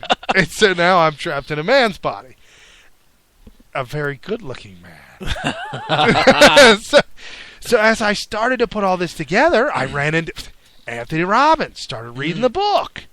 If you ever get a chance to hear some of his stuff, he's got some good stuff. Oh, yeah. It's all on audio and YouTube. And the internet has made these self-help stuff, if you will, free. It's all virtually free. Yeah. But Unleash the Giant Within, phenomenal book. Napoleon Hill, Think and Grow Rich. It's all about thinking, your state of mind, where you're at. The video, The Secret, what it's all about. It's all about what you think about comes about. And if you have kids, you can get it all to them through Kung Fu Fighting Panda. Oh, yes, sir. We watched that over and over. Kung Fu Panda is like the DreamWorks story version, children's version of either The Secret or Think and Grow Rich by Napoleon Hill. That's right. That's pretty much what it is. Right. What do you say? The peach seed, if you bury it, it will become a peach tree. Yeah. Nothing else ever. But how can a peach tree defeat Kung Lao or whatever? Yeah. Well, you cannot control the tree. You can nurture it. You can raise it. You can grow it. You can shape it. You can mold it. You can help to raise it, but you can't control it. You can't make it something else. So you have to use what it is and try to use that to find out what it has that you can utilize to then, if I raise a peach tree, I want a house. I don't want a peach tree. Well, cut the peach tree down and build a house. That kind of whole theory. Anyway, so raising your children, or raising yourself, if you will, you don't control it all. You only guide it. Just like they say, if you take a ship in England and you sail that ship to America, if you're less than 1% of 1 degree off course, you'll wind up in a whole nother country. But if you slowly turn, and that happens over long periods of time, but if you slowly, constantly correct, you'll wind up in the right place. So anyways, becoming a victim of society, a victocrat, listening to the right people, Larry Elder was a huge implement out there in L.A. Listening to talk radio. Rush Limbaugh, huge influence in guiding in the right path, not being a victim, standing up, being tough, fighting the odds. You got to fight. And that was the thing, too. You got to fight the good fight. Keep saying that to yourself. I'm fighting the good fight. That's what I'm fighting. Fighting the good fight. I'm not fighting against people. Life is tough. The toughness of that life, that's the good fight. You got to keep on keeping on. Just like the cartoon, we got to carry on. And he has the word on his back. He's carrying on. Oh, I didn't see that one. Got to carry on. Yes, he is. Yes. So, coming full circle, where was I with it? Oh, you've got to not be the victim. Don't be that victim. Don't let them bring you down saying the prison of racism. Yeah, they're going to keep. They want you to be in that prison of racism. First of all, they erect the walls of it. They close the door, put the lock on it, and they hold that key, and they're not going to let that key go. They want you to stay in that prison. And they lie to you and tell you that the reason you're in this prison is because of those old white men. Which there are a lot of people to point to. You can point to a lot of old white men who may have disenfranchised somebody. That's possible. I mean, look at some of the obscure people that they pull out of the deep south of Mississippi. There was a Republican racist guy. They had to go to the deep south of Mississippi to pull that guy out. The deeper in south you go, the more, especially if they're old white men. Yeah, he was. He was like decrepit. He was like 191 years old. Well, when you go old, deep south, you're going to end up with a Democrat. True. Yeah. True for the most part. It's probably the more recent. But and it's just a couple here and there. I got into a big argument with somebody, low information voter, about the slavery and all this kind of stuff. And I'm like, yeah, sure, there was slavery in some southern states, and it ended up causing civil war, but it wasn't the basis for our founding. If you want to talk about slavery and America, the United States of America, the country of the USA, then all I can say about that is we inherited slavery from the British colonies, from the royal crown of Great Britain. And we had to figure out how to become free from the tyranny of Great Britain, which meant we need a United States. Right. And in order to do that, we had to allow two states, South Carolina and Georgia, to keep the South, or to keep slavery legal in the United States. Right. And so they decided, the big compromise that nobody ever talks about is that either we free all the slaves because we believe that all men are created equal, and that truth is self-evident, and that we free everybody. Right. If we do that, South Carolina and Georgia are not. We're no longer United States. We're just 11 or 12 or 11 united colonies, and we're going to probably end up having Georgia and South Carolina side with Great Britain and have them fight against us. Or we can say, all right, I'll tell you what, we'll leave slavery off the table for now. Just let's get united and get rid of Great Britain, knowing that we're going to fight that fight one day. And we did. It took a long time. It probably took too long until the Civil War came along and Republican Abraham Lincoln decided to come along and say, I'm finally going to do something about this. Early on in the early 1800s, Republicans in the Senate and the House were pushing for slavery reform. Absolutely. There were states that were claiming abolishment. And there were states that were claiming that we are free states. Ohio was a free state. There were a bunch of them. Indiana was a free state. Yeah, we were always free. In fact, before Ohio became a state, the leaders of the United States at the time wanted to make sure that it could not become a state unless it was free. They were going to not let it become a state unless it was free. Dude. And there was a bunch of states that were like that. I think Google's listening to us. What, is it already on there? I typed in when did. Don't tell me. I am not lying. I typed in when did, and it said Ohio become a state. That's freaky. I typed in when did. Yeah, 1803, March 1st. I can't believe they got the exact day on there. So, I believe you. Brian wants to Dude, verify. look, when did Ohio become... That's the first one. Brian, this happens to me all the time. The third one says, when did slavery end? What? That's amazing. And then the fifth one says, when did the Civil War end? Well, they do have microphones on the computer. Well, and I heard that since we broadcasted from our tower on high that one day, yeah, we have destroyed... The government has been attacking... with drones from satellites. that tower that we borrowed. Wow. Yeah. We'll never be allowed to broadcast from that high-rise penthouse again. Yeah, there are surveillance helicopters hovering outside the windows now. Okay. So back to Loretta Lynch. She's against voter ID laws, which are, as she says, part of a racist effort to suppress minority turnouts. And school discipline policies, which result in higher rates of suspension and expulsion for non-white children. They're racist. She calls it school-to-prison pipeline. Cases against schools, districts in Alabama, her and Eric Holder are suing and fighting these schools for kicking black minorities out of school. Okay. They say that it's called a school-to-prison pipeline. Okay. And they're fighting to stop that. Well, who's causing that? The white people. So white people are teaching blacks in school, right, to go to prison, to become prisoners, right? Okay, and they're making. I mean, they're trying to stop that. You're saying they're successful at that? She says they're successful, right? So when she says this, it's a pipeline. See, literally, the back door of the school is a hallway into a prison. Well, if you've been to a public school, they are recently. Prisons. They are they are actually.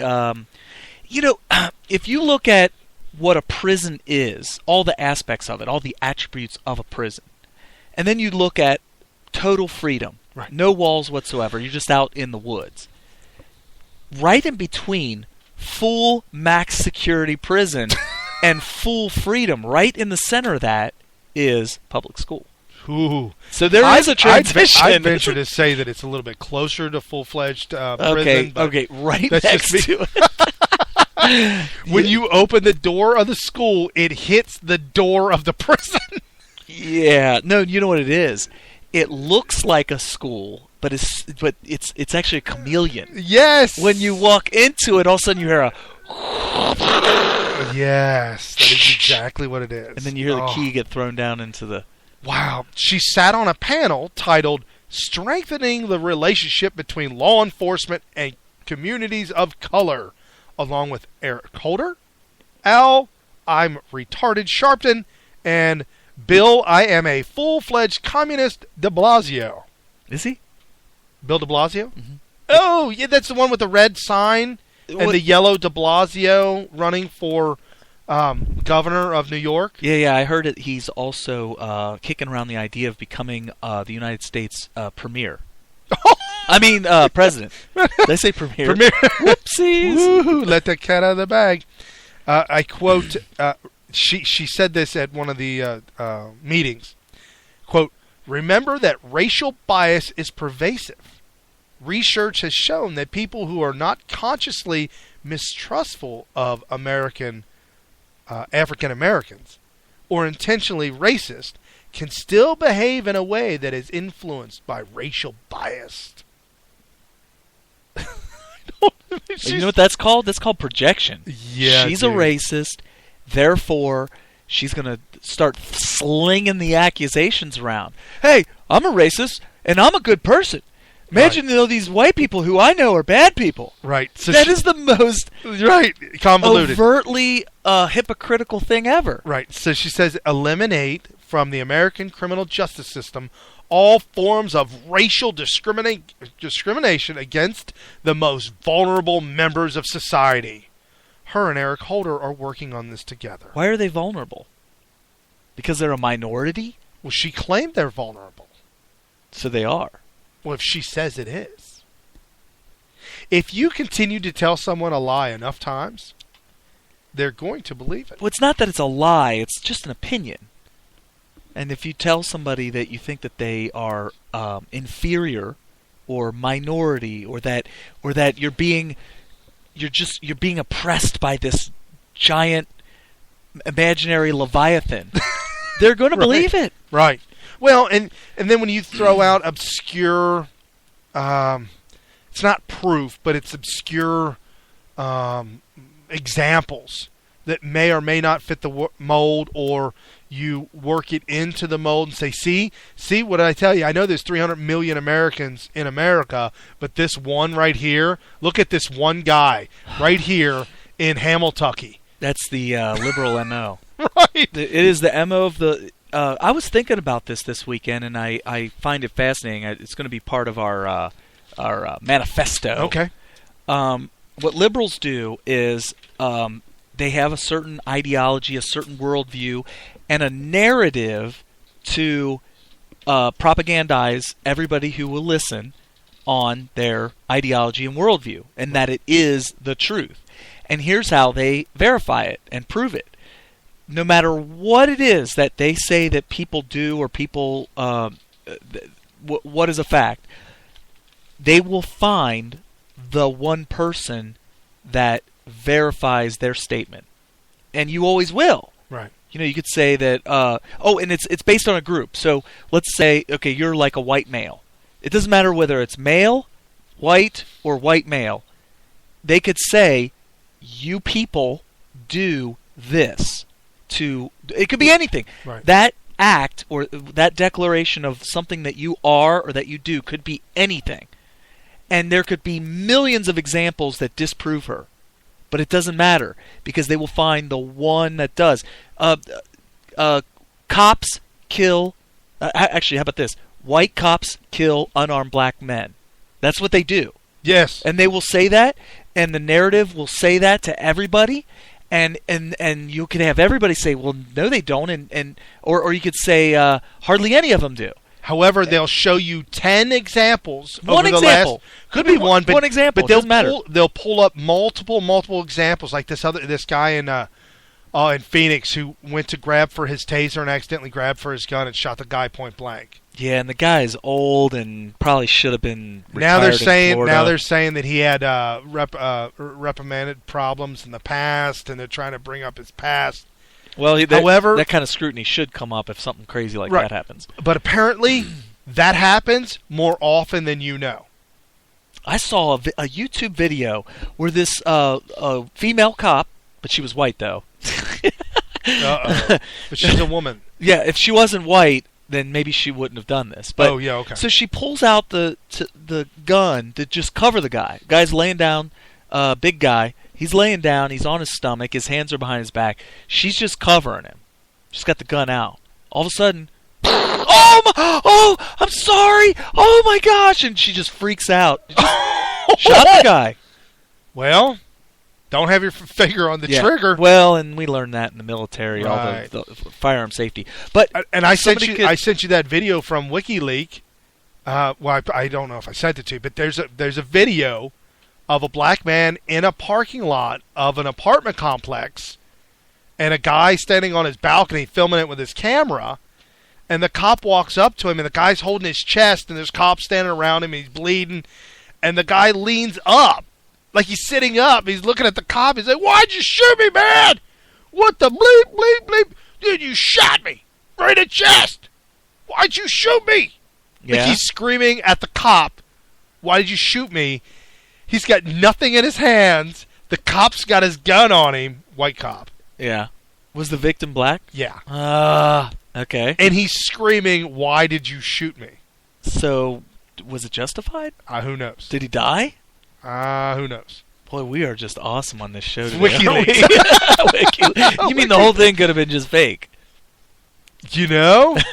They do that in Hollywood overnight. Oh, well, they did it with the beheadings. Oh, yeah. There was no beheadings. They said that they took a string of Christians all holding a rope, like the elephants hold each other's tails. Right. Okay. walked them out on the beach and said they cut all their heads off. That's what I heard too. But I've not seen the video. They said a video purports.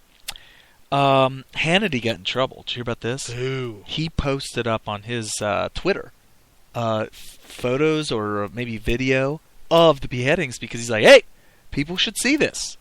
And he got a slap on the wrist. But from Twitter? Yeah, they were like, hey, I know you're Hannity, so we're not going to ban you.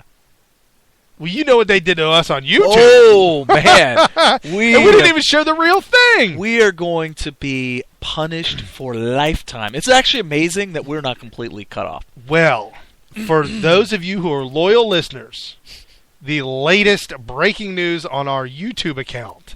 Really? We got something new? Well, you can listen. You can. I can't. But you can. They know my computer at home. Okay. And everyone can go. They allow me on my phone. They don't know my phone, but they know my computer's at home.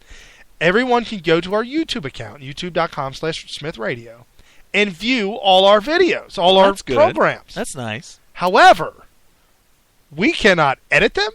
We cannot delete them. We cannot take them down. We can't add anything. The only way it's added is through Spreaker. Like, there's a glitch in the system. Yeah, they obviously We have been completely banned, but there's a glitch in the system between Spreaker and YouTube that allows these shows to continue to be put up on YouTube. And by the way, we were banned for putting up a video of a fake beheading that does not show a beheading. Anything of a beheading. And it directed people to our another site, a blog site that we do called Sick Bias, sickbias.com. Well, and that showed more of some real links to other things. Well, I don't know if it was Hannity or it was Glenn Beck, because Glenn Beck wants to get the word out too. He's been going around saying, post this stuff, repost it. People need to see this stuff. Right. But he said that, when we watch Game of Thrones, there's way more gore and way more blood on Game of Thrones than anything that we see in these beheading videos or shooting in the back of the head videos, those kind of things. And if you don't believe that, I found I don't ever watch Game of Thrones, but I did find a YouTube video, and I can't remember the exact name of it, but it was, you could probably find this really quickly in a search. All the deaths, it's a collage, a montage. Not a montage. Yeah, a montage right. of all the deaths in Game of Thrones. And what they'll do is they'll show just the actual death sequence. Okay, hold on. I type in all the deaths in. First one that comes up, The Walking Dead, Romeo and Juliet, Hamlet, Breaking Bad, Macbeth, Hunger Games, Lost. I mean, there's a lot of. You haven't gotten to Game of Thrones yet. There's a lot of. Yeah, so there's a video that somebody did that is just a montage, a collaboration, or whatever word I'm looking up, of all the death scenes, and it is so ultra gory. How is it? An hour long? Yeah, because there's 40. It says 49 minutes long. And what? Oh, he's watching it right now. So yeah, it just shows just the deaths. What? And it's like 40 minutes long, and it's like non-stop. Make the screen a little bigger. He's watching right now. So, yeah, this is the actual name of the video. It's called Game of Thrones Deaths. And did they show the death? I don't know. So the one I saw, which this might be it or not, the one I saw only shows the actual death, and then it cuts to the next one. Oh, okay. And then cuts to the next one. This one's doing more of a... like the whole, they're giving the context. Right. The one I saw, no context whatsoever. It's just boom, guy dies. Boom, guy dies. It's like nonstop, back to back to back. And did you mess up? Yeah, I think we might have a technical difficulty, but we'll keep broadcasting, keep going on. Okay. I think we got a lot. Oh, woo! That's the thing about our IT guy. Our IT guy. Oh, it says, do you want to stop the script? The script is running in the background. Do you want to stop it? No, we'll continue the script. We'll continue. Okay. So we've got a lockup, but apparently we're continuing. Okay, we'll continue. And as we're talking now, Brian's going to go ahead and verify that we're still podcasting. Oh, you got to love our IT guy. So he used to be our he used to be the guy that would come in and clean the floors in the middle of the night. And he said, "Well, I know a little bit about computers." He's like, I got an IBM. You got to put the punch cards through. Punch cards. Wow. That's a blast from the past. Oh, we're good to go. All right. I think we are. Yes, yeah, we're we good. Are so, on okay. point. Right. There will be no more sound clips for the rest of the evening. Why do we do that? From now on, we're doing it on my computer. Okay, fair enough. We're pretty advanced down here. We each have our own computer. Yeah, we do. And mine's not locked up, but then again, mine we're not broadcasting from. That's true. So anyway. Game of Thrones. Don't watch it. It'll lock your computer up. Actually, not your computer. Microsoft. So this article I found amazing. Not amazing, but I was kind of attracted to it because my brother, a few years ago, I think it might have been during Bush's administration, he started talking to me about drones and the use of drones. Remember when he started going off about that? Yeah, and I remember thinking, dude, you'll be okay. Put your tinfoil hat back on. Right. I was thinking this is total tinfoil hat stuff. Well, this week, breaking news, Obama approves and apparently spearheads everything that is ever done with a drone and a drone strike. They're claiming Obama knows about and approves every single one of them. Why wouldn't he? Okay. Except this one. Oh, of course. And which one is that? that? He said he didn't find out about it until we found out about it on Smith Radio. Right. Well, he is monitoring us 24/7. So apparently, over in the Middle East, and it's my sound bites, folks. I apologize. There was some killing of some terrorists, and they had hostages, American hostages, and the American hostages were also killed, including an Italian hostage. Correct. By the American drone strikes. Okay. By a drone. And Obama said, I didn't know. Well, when did you find out about it? Found about it as soon as you did on the media. Right now. Right as you're telling me. As you tell you just Wait, what just happened? What else? Is there anything else? You know, John Kerry was in a UN summit meeting, and one of the reporters asked him a question, and he looked at the reporter and said, "What? I didn't know that. Did that happen?" What? And the reporter said, "You don't know about this?" He's like, "No." I don't. Well, thanks for your honesty, sir. Wow. So on Friday, Obama comes out, he gives a talk, and he's calling it the most capable in the world, this strike and the information, the most capable in the world, while promising a review aimed at preventing future mistakes. A day after revealing an intelligence failure that killed 2 al-Qaeda hostages and the American and the Italian. So he's saying that the spying operation, he praised the nation's spying operation, saying it's the most capable in the world. Oh, and by the way, except for that thing, those guys, those innocent All right, guys I got an died. opinion on this. So this is what happened. It's a quote from him. It's a quote from him. I had to put this quote in. We all bleed when we lose an American life. That's it? We all bleed when we lose an American life. Okay. I don't know. He's being all touchy-feely. I don't know. All right. Okay. So you're an old man, and you got your children. Your children are grown. Mm-hmm. Oh, you talking to me? Yeah, you. Oh, I didn't get it because I'm not old. I'm looking in the future. In the future. Oh, okay. All your kids are grown. Right. One of them, for whatever reason, gets kidnapped and is held hostage by a bunch of terrorists. Okay. And at some point, either their captives are attempted to be killed, or a rescue attempt is made for your son. Okay. He ends up dead. Okay. What's your reaction? Extremely upset, obviously. I'd want to know, how did he die? Why did he die? Was it because of... But he could have been captive for years. Well, no. If he died because... Not because of the rescue mission, but because of a drone strike, I would be upset. I'd be mad. However, and I had a soundbite from Krauthammer. Krauthammer said, these things happen. Happened under Jimmy Carter. Happened under Bush. These things happen. It's regretful. It's sad.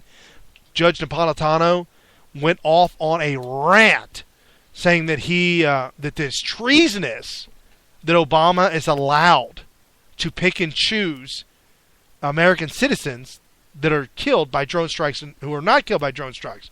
Well, apparently one of the people killed by the drone strike, one of the Taliban, was an American citizen. Right, and that's an interesting point. That is a debate that needs to be had. Krauthammer spoke up and said, well, renounce his citizenship and then kill him. No, and you know what? That is a very obscure way of saying what I was just about to say, which is there's two things we need to bring back in America and bring back with a vengeance. Number one, charges of treason to American citizens. Oh, yes. It needs to be done. It's in the Constitution. It's the only thing you can charge somebody with in Constitution. It's the only law is a law against treason. And it needs to be utilized more. And the other thing that needs to be brought back with a vengeance, and is not that old, has been used recently, is impeachment. Right. Treason and impeachment are two charges that need to be brought back. It's unfortunate because impeachment was taken off the table by John Boehner. Yeah, it's just... And this week, John Boehner also said that Hillary and Bill Clinton are good people.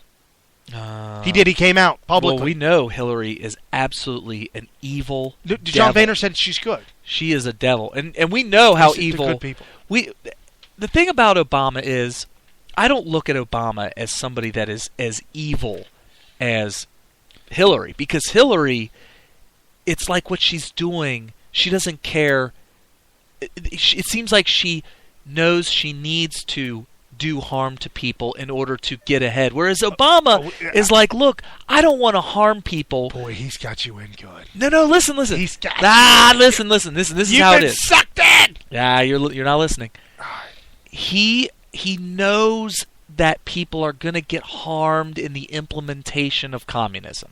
Dude, it's going to happen.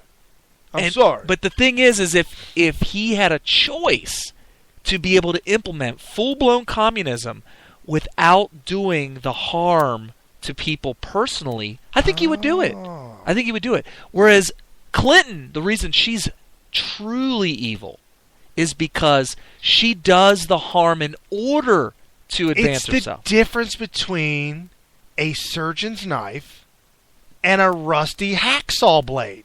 Of a murderer. A murderer's hacksaw blade and a... So Obama's like, look, man, I got to make these incisions, and they are going to hurt, and they are going to be damaging. I am going to do massive damage to you. Right. But guess what? At the end, you're not going to die. You're going to be better. Yeah. Not only are you not going to die, I really believe you're going to be better because communism is the better way, and that's what his mindset is. And Hillary pulls out the giant, huge hacksaw. What is the hacksaw they call that you use to cut off limbs off of a tree? It's not a hacksaw for steel. A hacksaw for steel has small little blade. A wood saw? Yeah, like a carpenter saw. One of those. Like a rusted old carpenter saw. Yeah. And she's like, this is going to be bad.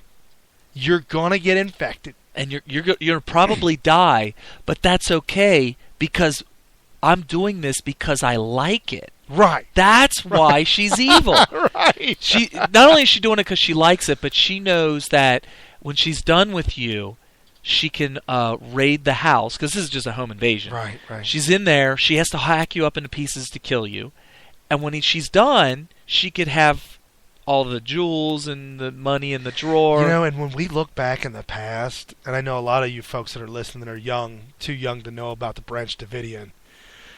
But I've got to give, the more that time goes on, man, I'm starting to feel like Rush.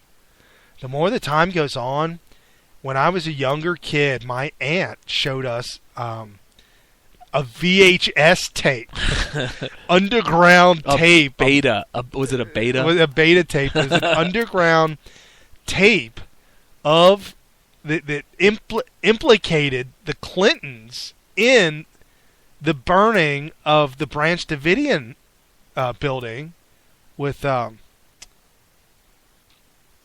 in Waco, Texas. Yeah. Yeah. Oh, Janet Napolitano. Janet Napolitano. Yeah. Because I was thinking of Judge. I thought you were talking about the David Corinne or whatever. David Koresh. Koresh. Yeah. Right. Well, I couldn't get Janet's name out because I was thinking of Judge because I just got. Oh, right. Janet Reno. Yeah. And so. So when I was watching, she's like, see that guy? He went in, and he never comes out, and he died in there. The Clintons put him there. The Clintons forced him. Clintons killed people in there. They set the place on fire. They sent people in to get David Koresh and everybody out. And the people they sent in were the people they wanted to kill, too. That conspiracy theory stuff. Yes. Oh. But let me tell you. I don't put nothing past these Clintons now. Yeah, and it makes sense if they do that, why so many of the Clinton followers would be like 9/11 truthers. Right. Because it's projection. Right. They're like, hey, we do that stuff, so we know they're doing that stuff. Right. Is what so back to Obama not really wanting... Does the President of the United States, and this is what Napolitano was going off about, Obama is not the judge, jury, and executioner. It is not his job. We fought tyrants and we fought countries for the freedom to not be ruled by a single hand that wields the weapon of death to citizens of America, regardless of where you are in the world. If you are a citizen of America. Yeah, but let me go ahead and battle him on that point. If it has been determined...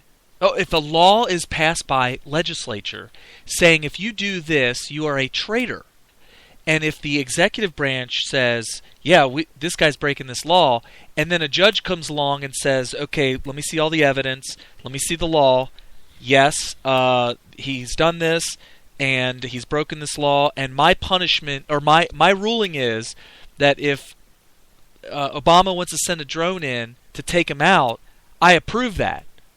Then I'm all for it. So, yeah, sure, we shouldn't be killing Americans overseas, but if it goes through that process, that's why I'm all for charging people with treason, but it has to go through all three branches. Right. And if they're found to be guilty of treason, and if we also find that they are a threat to the security of the United States, I mean, we have... if I can throw the Constitution right in his face and say, well, we have a right to life, liberty, and the pursuit of happiness, if this guy is doing things that are going to take life away from other citizens after being convicted of treason, and but he has to stand trial. Well, he may not ever be in the United States. You're saying he should be present at a trial. I think that's what Judge was trying to say. How do you, if somebody is being treasonous, they on may, the battlefield. May never. Yeah, Right. I mean, he's on the battlefield. I think things change a lot when you're on the battlefield. Big time. Well, and then also this week, Chuck Hagel, in it's the Congress, the House, they have told Chuck Hagel that he needs to explain why the swap for Bo Bird-Dog and the 5 Taliban, the Dream Team, the Fab Five. Yeah. Why the Fab Five? How and why that went down. He is supposed to testify and explain why and how that went down. And they're refusing to. Who is? Chuck Hagel in the administration. Why do you think? Obama. Why do you think? Because they probably don't know why they did it. They just they know why. Yeah, but it's not a good enough answer for them. Well, the answer is that hey, my approval ratings getting a little down. They were slipping. Well, did you hear about the but Republicans? Ooh, this is a big stand for them.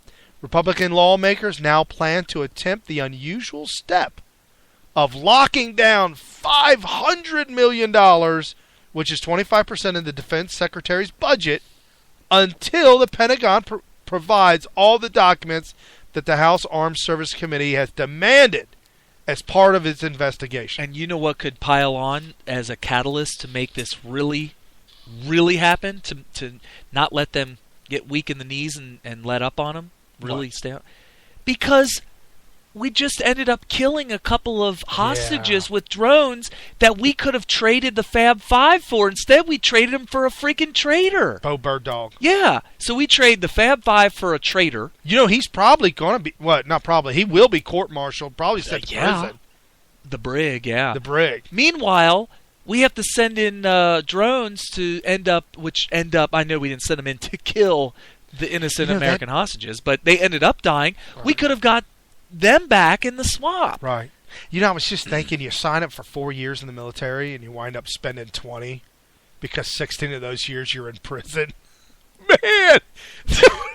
But then after you do your 4, and then you do your 16. And then you get a pension. No, you get the retirement for the rest of your life. Well, a percentage of your. You get 20. Well, no, you don't. That doesn't work. This came out this week too. This is breaking the.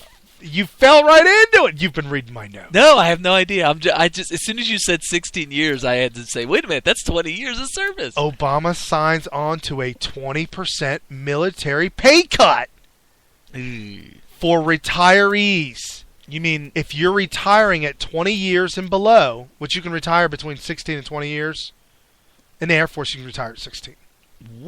That wasn't when I was in. And you can retire at 20. Not when I was in. Or you can stay later. For us, it was 20. And I think it was for all branches.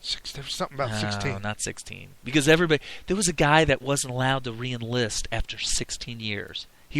They said, you're gone, we can't let you have for 4 more years. Why not? Because you had to have a certain rating. And he was he didn't pass his tests.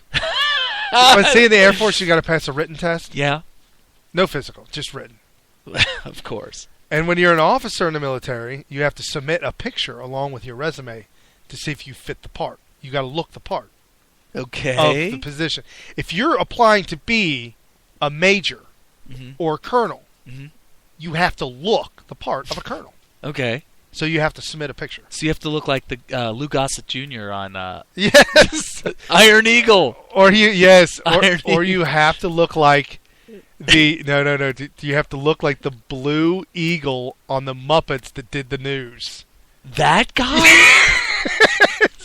Wow, that's for generals though. You have to look like, that is a general. That's a general. You have to look like that guy if you're applying for general status. What about Colonel Troutman on Rambo? Oh yes. Oh, of course. Oh no, I got another one for general.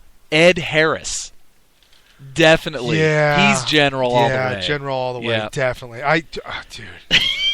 I so fear him not even knowing him. Oh, yeah, he was the CIA guy from A Beautiful Mind. Yeah. With the hat and everything. Oh, yeah. He was also the leader of the Marine Recon team in The Rock. Oh, yes! Yes, he was the main bad guy. You know, as cheesy as that popcorn movie was. That was a great movie. I loved it. I loved that movie. Yeah, that was one of the best action movies I've ever seen in my life. The chase scene through San Francisco. Yeah. Sean Connery's in it. Yeah. And your boy that looks like your brother. He does. What's his name? Nicolas Cage. Nick Cage, yeah. Yeah. Whose original name is Nicholas Coppola. Wow. He's part of the Francis Ford Coppola family. Francis Ford Coppola is his uncle. He changed his last name. Yeah. He changed his last name so that he didn't want people to think that that's how he got into Hollywood. However, that's really how he got into Hollywood. He didn't want people to think that's how he got into I was going to say, I give him credit for not just riding the name of Coppola, well, like Drew Barrymore. Well, if your name's Barrymore, you are royalty. You go back door. Does she go back door? I didn't know she went back door.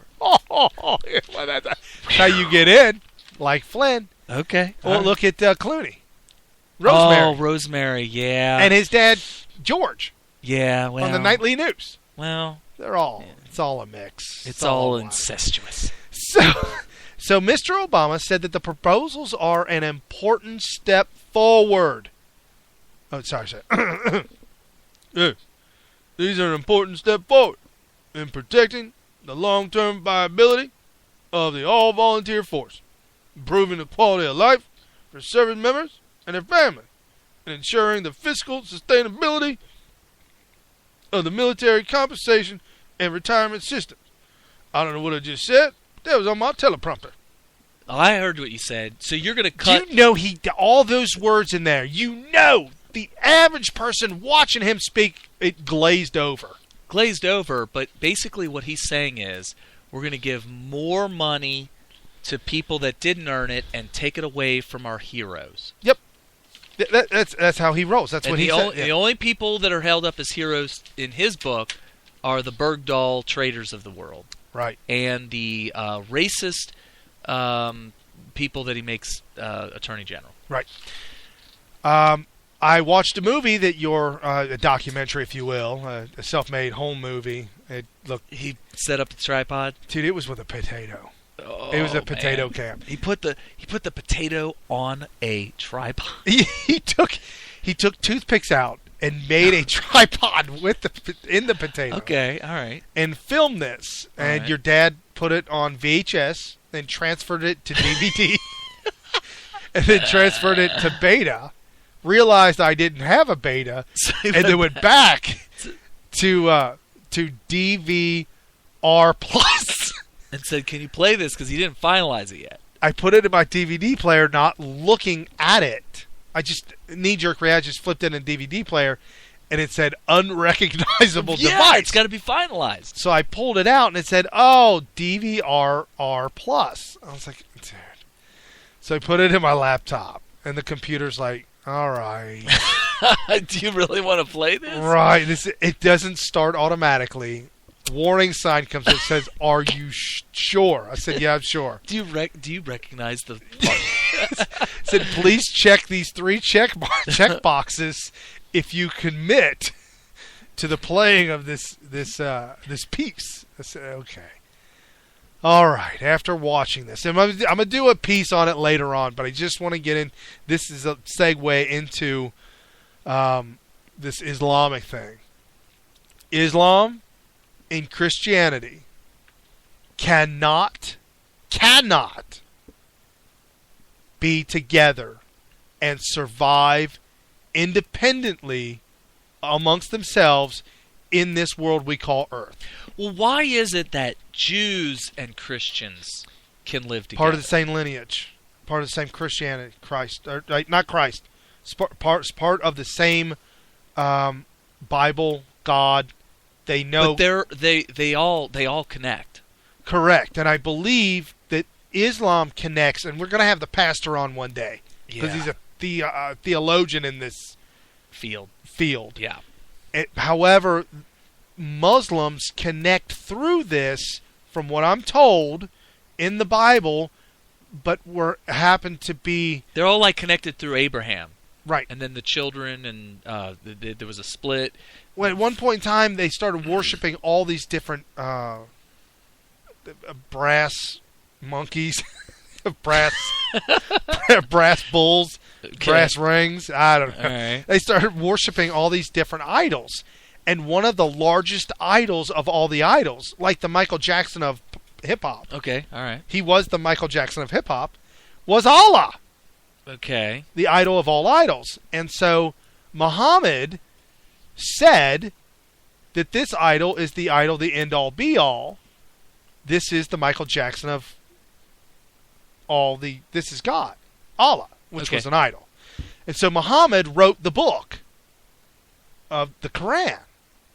Yeah, okay. And so all the things that he was just a regular human being, he was just a regular person. Yeah, and they believe that. Suffering, he's just a prophet. Suffering from seizures at that point in time. He also had... Well, he definitely had brain damage. There's no doubt about that. So, but the whole point is that as a Muslim, you can lie to other non-Muslims to promote your Muslim faith. If the ends justify the means, which is exactly the MO of your average Democrat liberal. Communist. They love that too as well. Whatever justifies means. Yeah.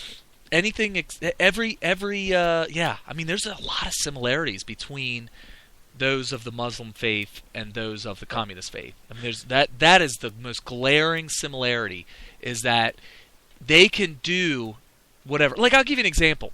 Let's say, and I can't speak for all Muslims because some of them may not do this, but it wouldn't surprise me if some religion had some Muslims captive and they said, oh, well, we're going to kill you unless you convert to this. That they would lie in order to survive.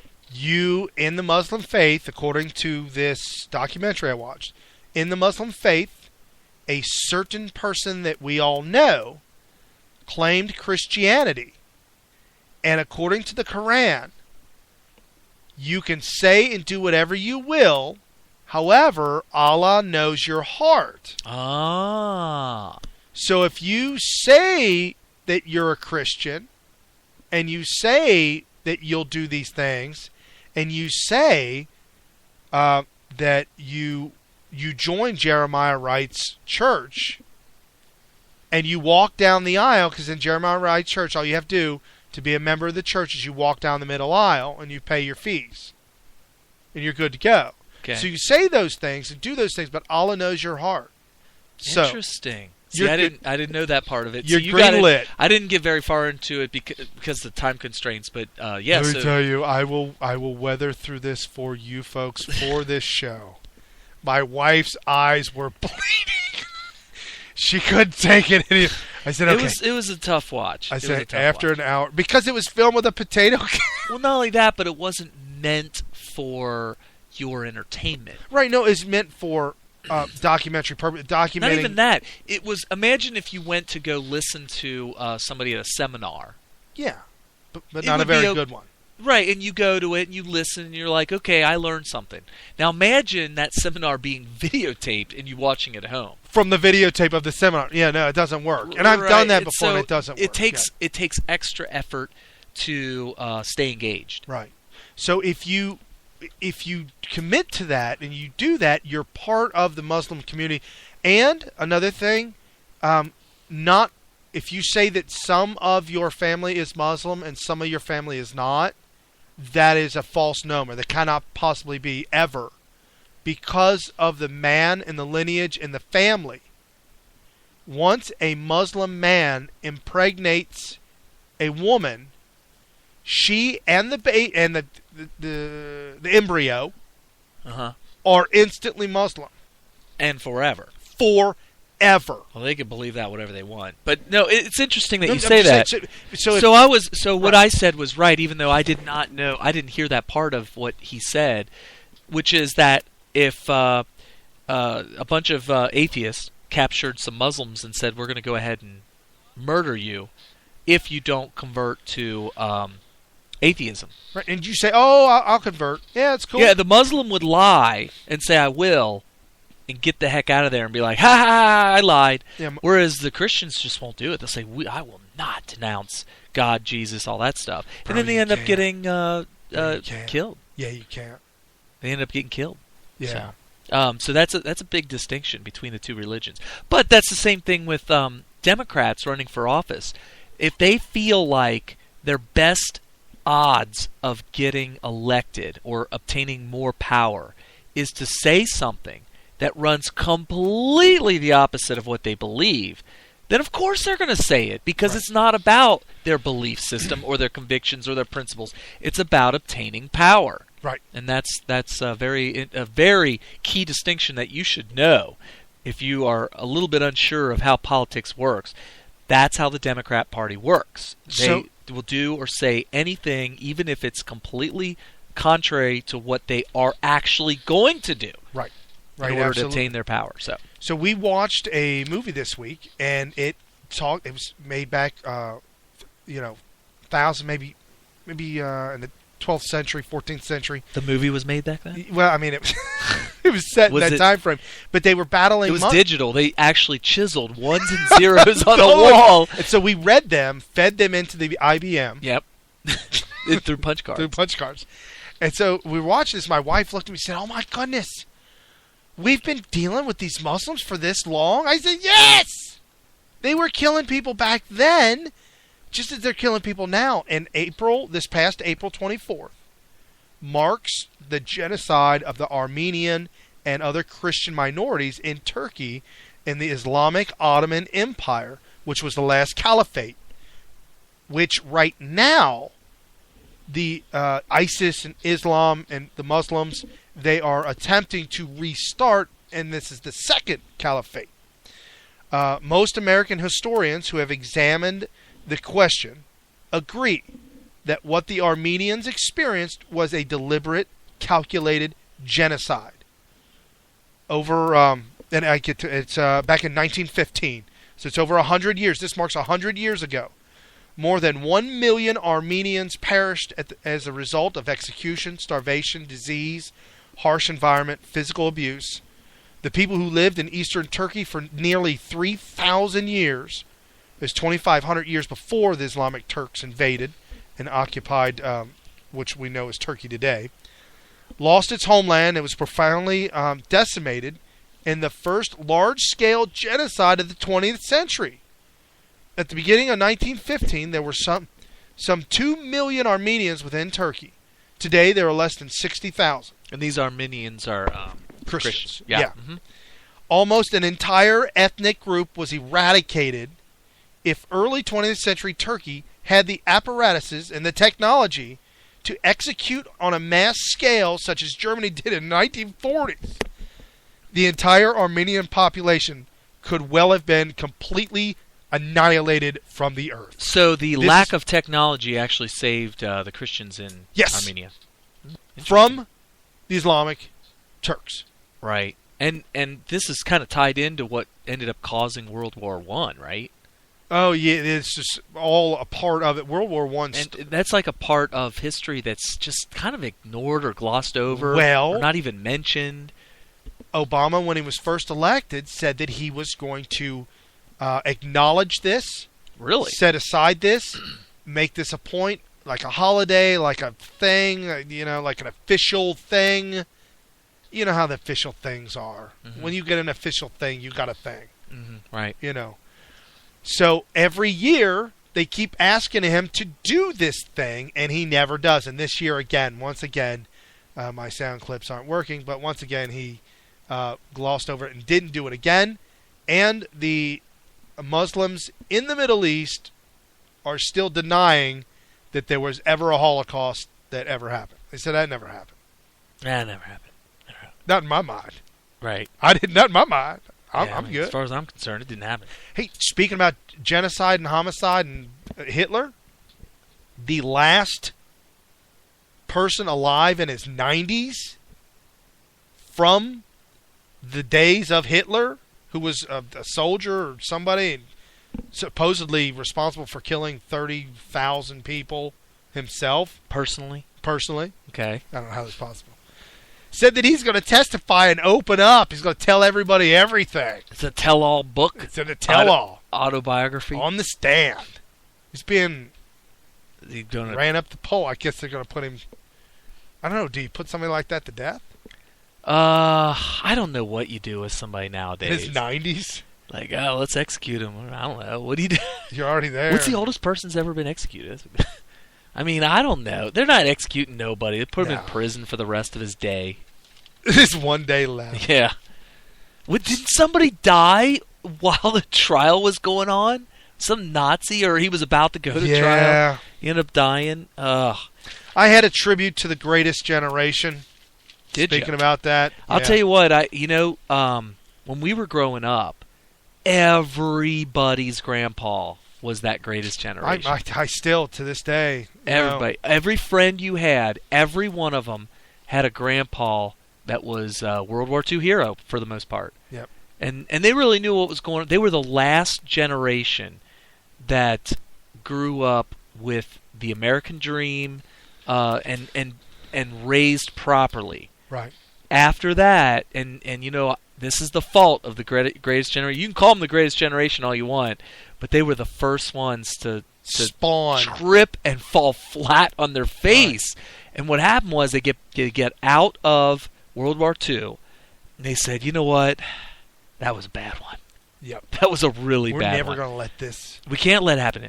Is there a way that we can never let this happen again? So they raised children trying to, and it ended up flying. It ended up just destroying everything. Yeah, I mean, look at the It's baby worse boomers. than war. Look at the baby boomers. What happened to America as a result of doing what the greatest generation did after World War II is worse for America than if we just kept on having world wars every 20 years. Right. Which is raise an entire generation of silver spoon, spoiled little brats. You ain't lying. Just a bunch of brats. Hippies and free sex. Oh, they would just and the theory was just we need to shelter them from everything. Right. Shelter them from everything. Make everything nice and cozy for them. And it doesn't work like that. And because life is life. And it's a bad place. It can be a bad place at times. Well, I'm going to read this piece off to you, and this will probably be about the end of the show. But you can go onto a Facebook channel and you can watch the video, and you'll understand when I get done we got talking about this. Yeah. About 6 miles from Maastricht in the Netherlands lies buried 8,301 American soldiers who died in Operation Market Garden in the battles to liberate Holland in the fall of 1944. Every one of the men buried in the cemetery, as well as those in the Canadian and British military cemeteries, has been adopted by a Dutch family who mines the grave. They decorate it, and they keep alive the memory of the soldier they've adopted. It is even customary to keep a portrait of their American soldier in a place of honor in their home. Annually, on Liberation Day, memorial services are held for the men who died to liberate Holland. The day concludes with a concert. The final piece is always Il Silencio, a memorial piece commissioned by the Dutch and first played in 1965 on the 20th anniversary of Holland's liberation. It has been the concluding piece of the memorial concert ever since. This year, the soloist was a 13-year-old Dutch girl named Melissa Venema, backed by an orchestra. The beautiful concert piece is based on the original version of Taps and was composed by an Italian composer, Nino Rossi. It is amazing.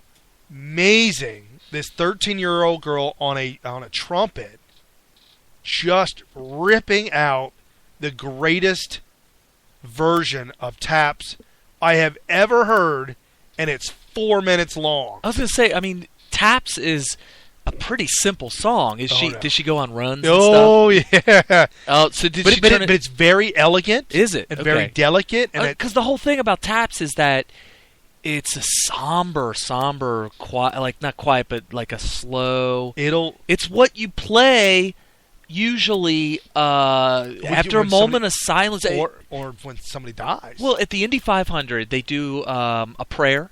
Right. Then they do a moment of silence, and after about 30 seconds of complete, I'm talking 500,000 people on their feet in dead silence. Right. And then they play Taps. And then everybody stays quiet during Taps, because in the military, when Taps happens, you're supposed to stand in the position of attention and all that stuff. And sometimes if you salute, you're supposed to do a really slow motion salute. You ever seen that? I have. If you ever watch the military people do, the really slow salute, really slow. Normally, when you see a salute, like on the movies, it's a quick little flip. They flip it up real quick, and then they flip it down real quick. Well, during Taps, it goes up really slow, and then when Taps ends, it goes down really slow. So if you ever wondered what that was, that's the traditional way of saluting during Taps. But anyway, so you do that at the Indy 500, and then after that, everybody cheers, and then it's back to normal. But it's a slow song. If you don't know it, you'll recognize it instantly if you play it. Right. But you're saying that this girl does a crazy version? Or? No, it's not crazy. Okay. It is very elegant, very... Is it similar to like the national anthem as done by Jimi Hendrix? No. Okay. See, you're going off that. That's not elegant and delicate. Okay. I wish you had it recorded. I do have it. Oh, we're locked up. We're in a lockup mode. Dang on it. We're running under safe mode. We're in safe mode. Are we on the air anymore? Yeah. Okay. Because we literally have like 2 minutes. You can't even do the end soundbite. Wow. We're just going to have to. We're under safe. We're under safe mode. So we will also, the teaser for next week. Yeah, what are we doing? The John Doe raids, where in Wisconsin, Democrats who run certain branches of the police department, investigation department, are raiding people's homes. The right way Wisconsin. for Scott Walker. Yeah. I told you about that. Yeah, I got into reading that. Oh my goodness, it's shocking. Did you hear the episode of Rush Limbaugh where he talks all about it? I didn't, but we will. We'll get into all of that. Oh, it's amazing. So for the rest of the evening, folks, you have a good night. Look forward to us next week. We've got it all for you. Late breaking. This is the fast 3 hours I've ever spent. Yeah, I'm like, what? We're done? What? Like, I'm shocked. Like, we got to have another hour. All right. Well, we have an outro, right? No. Wait. That was Control Alt Delete. You guys have a good one.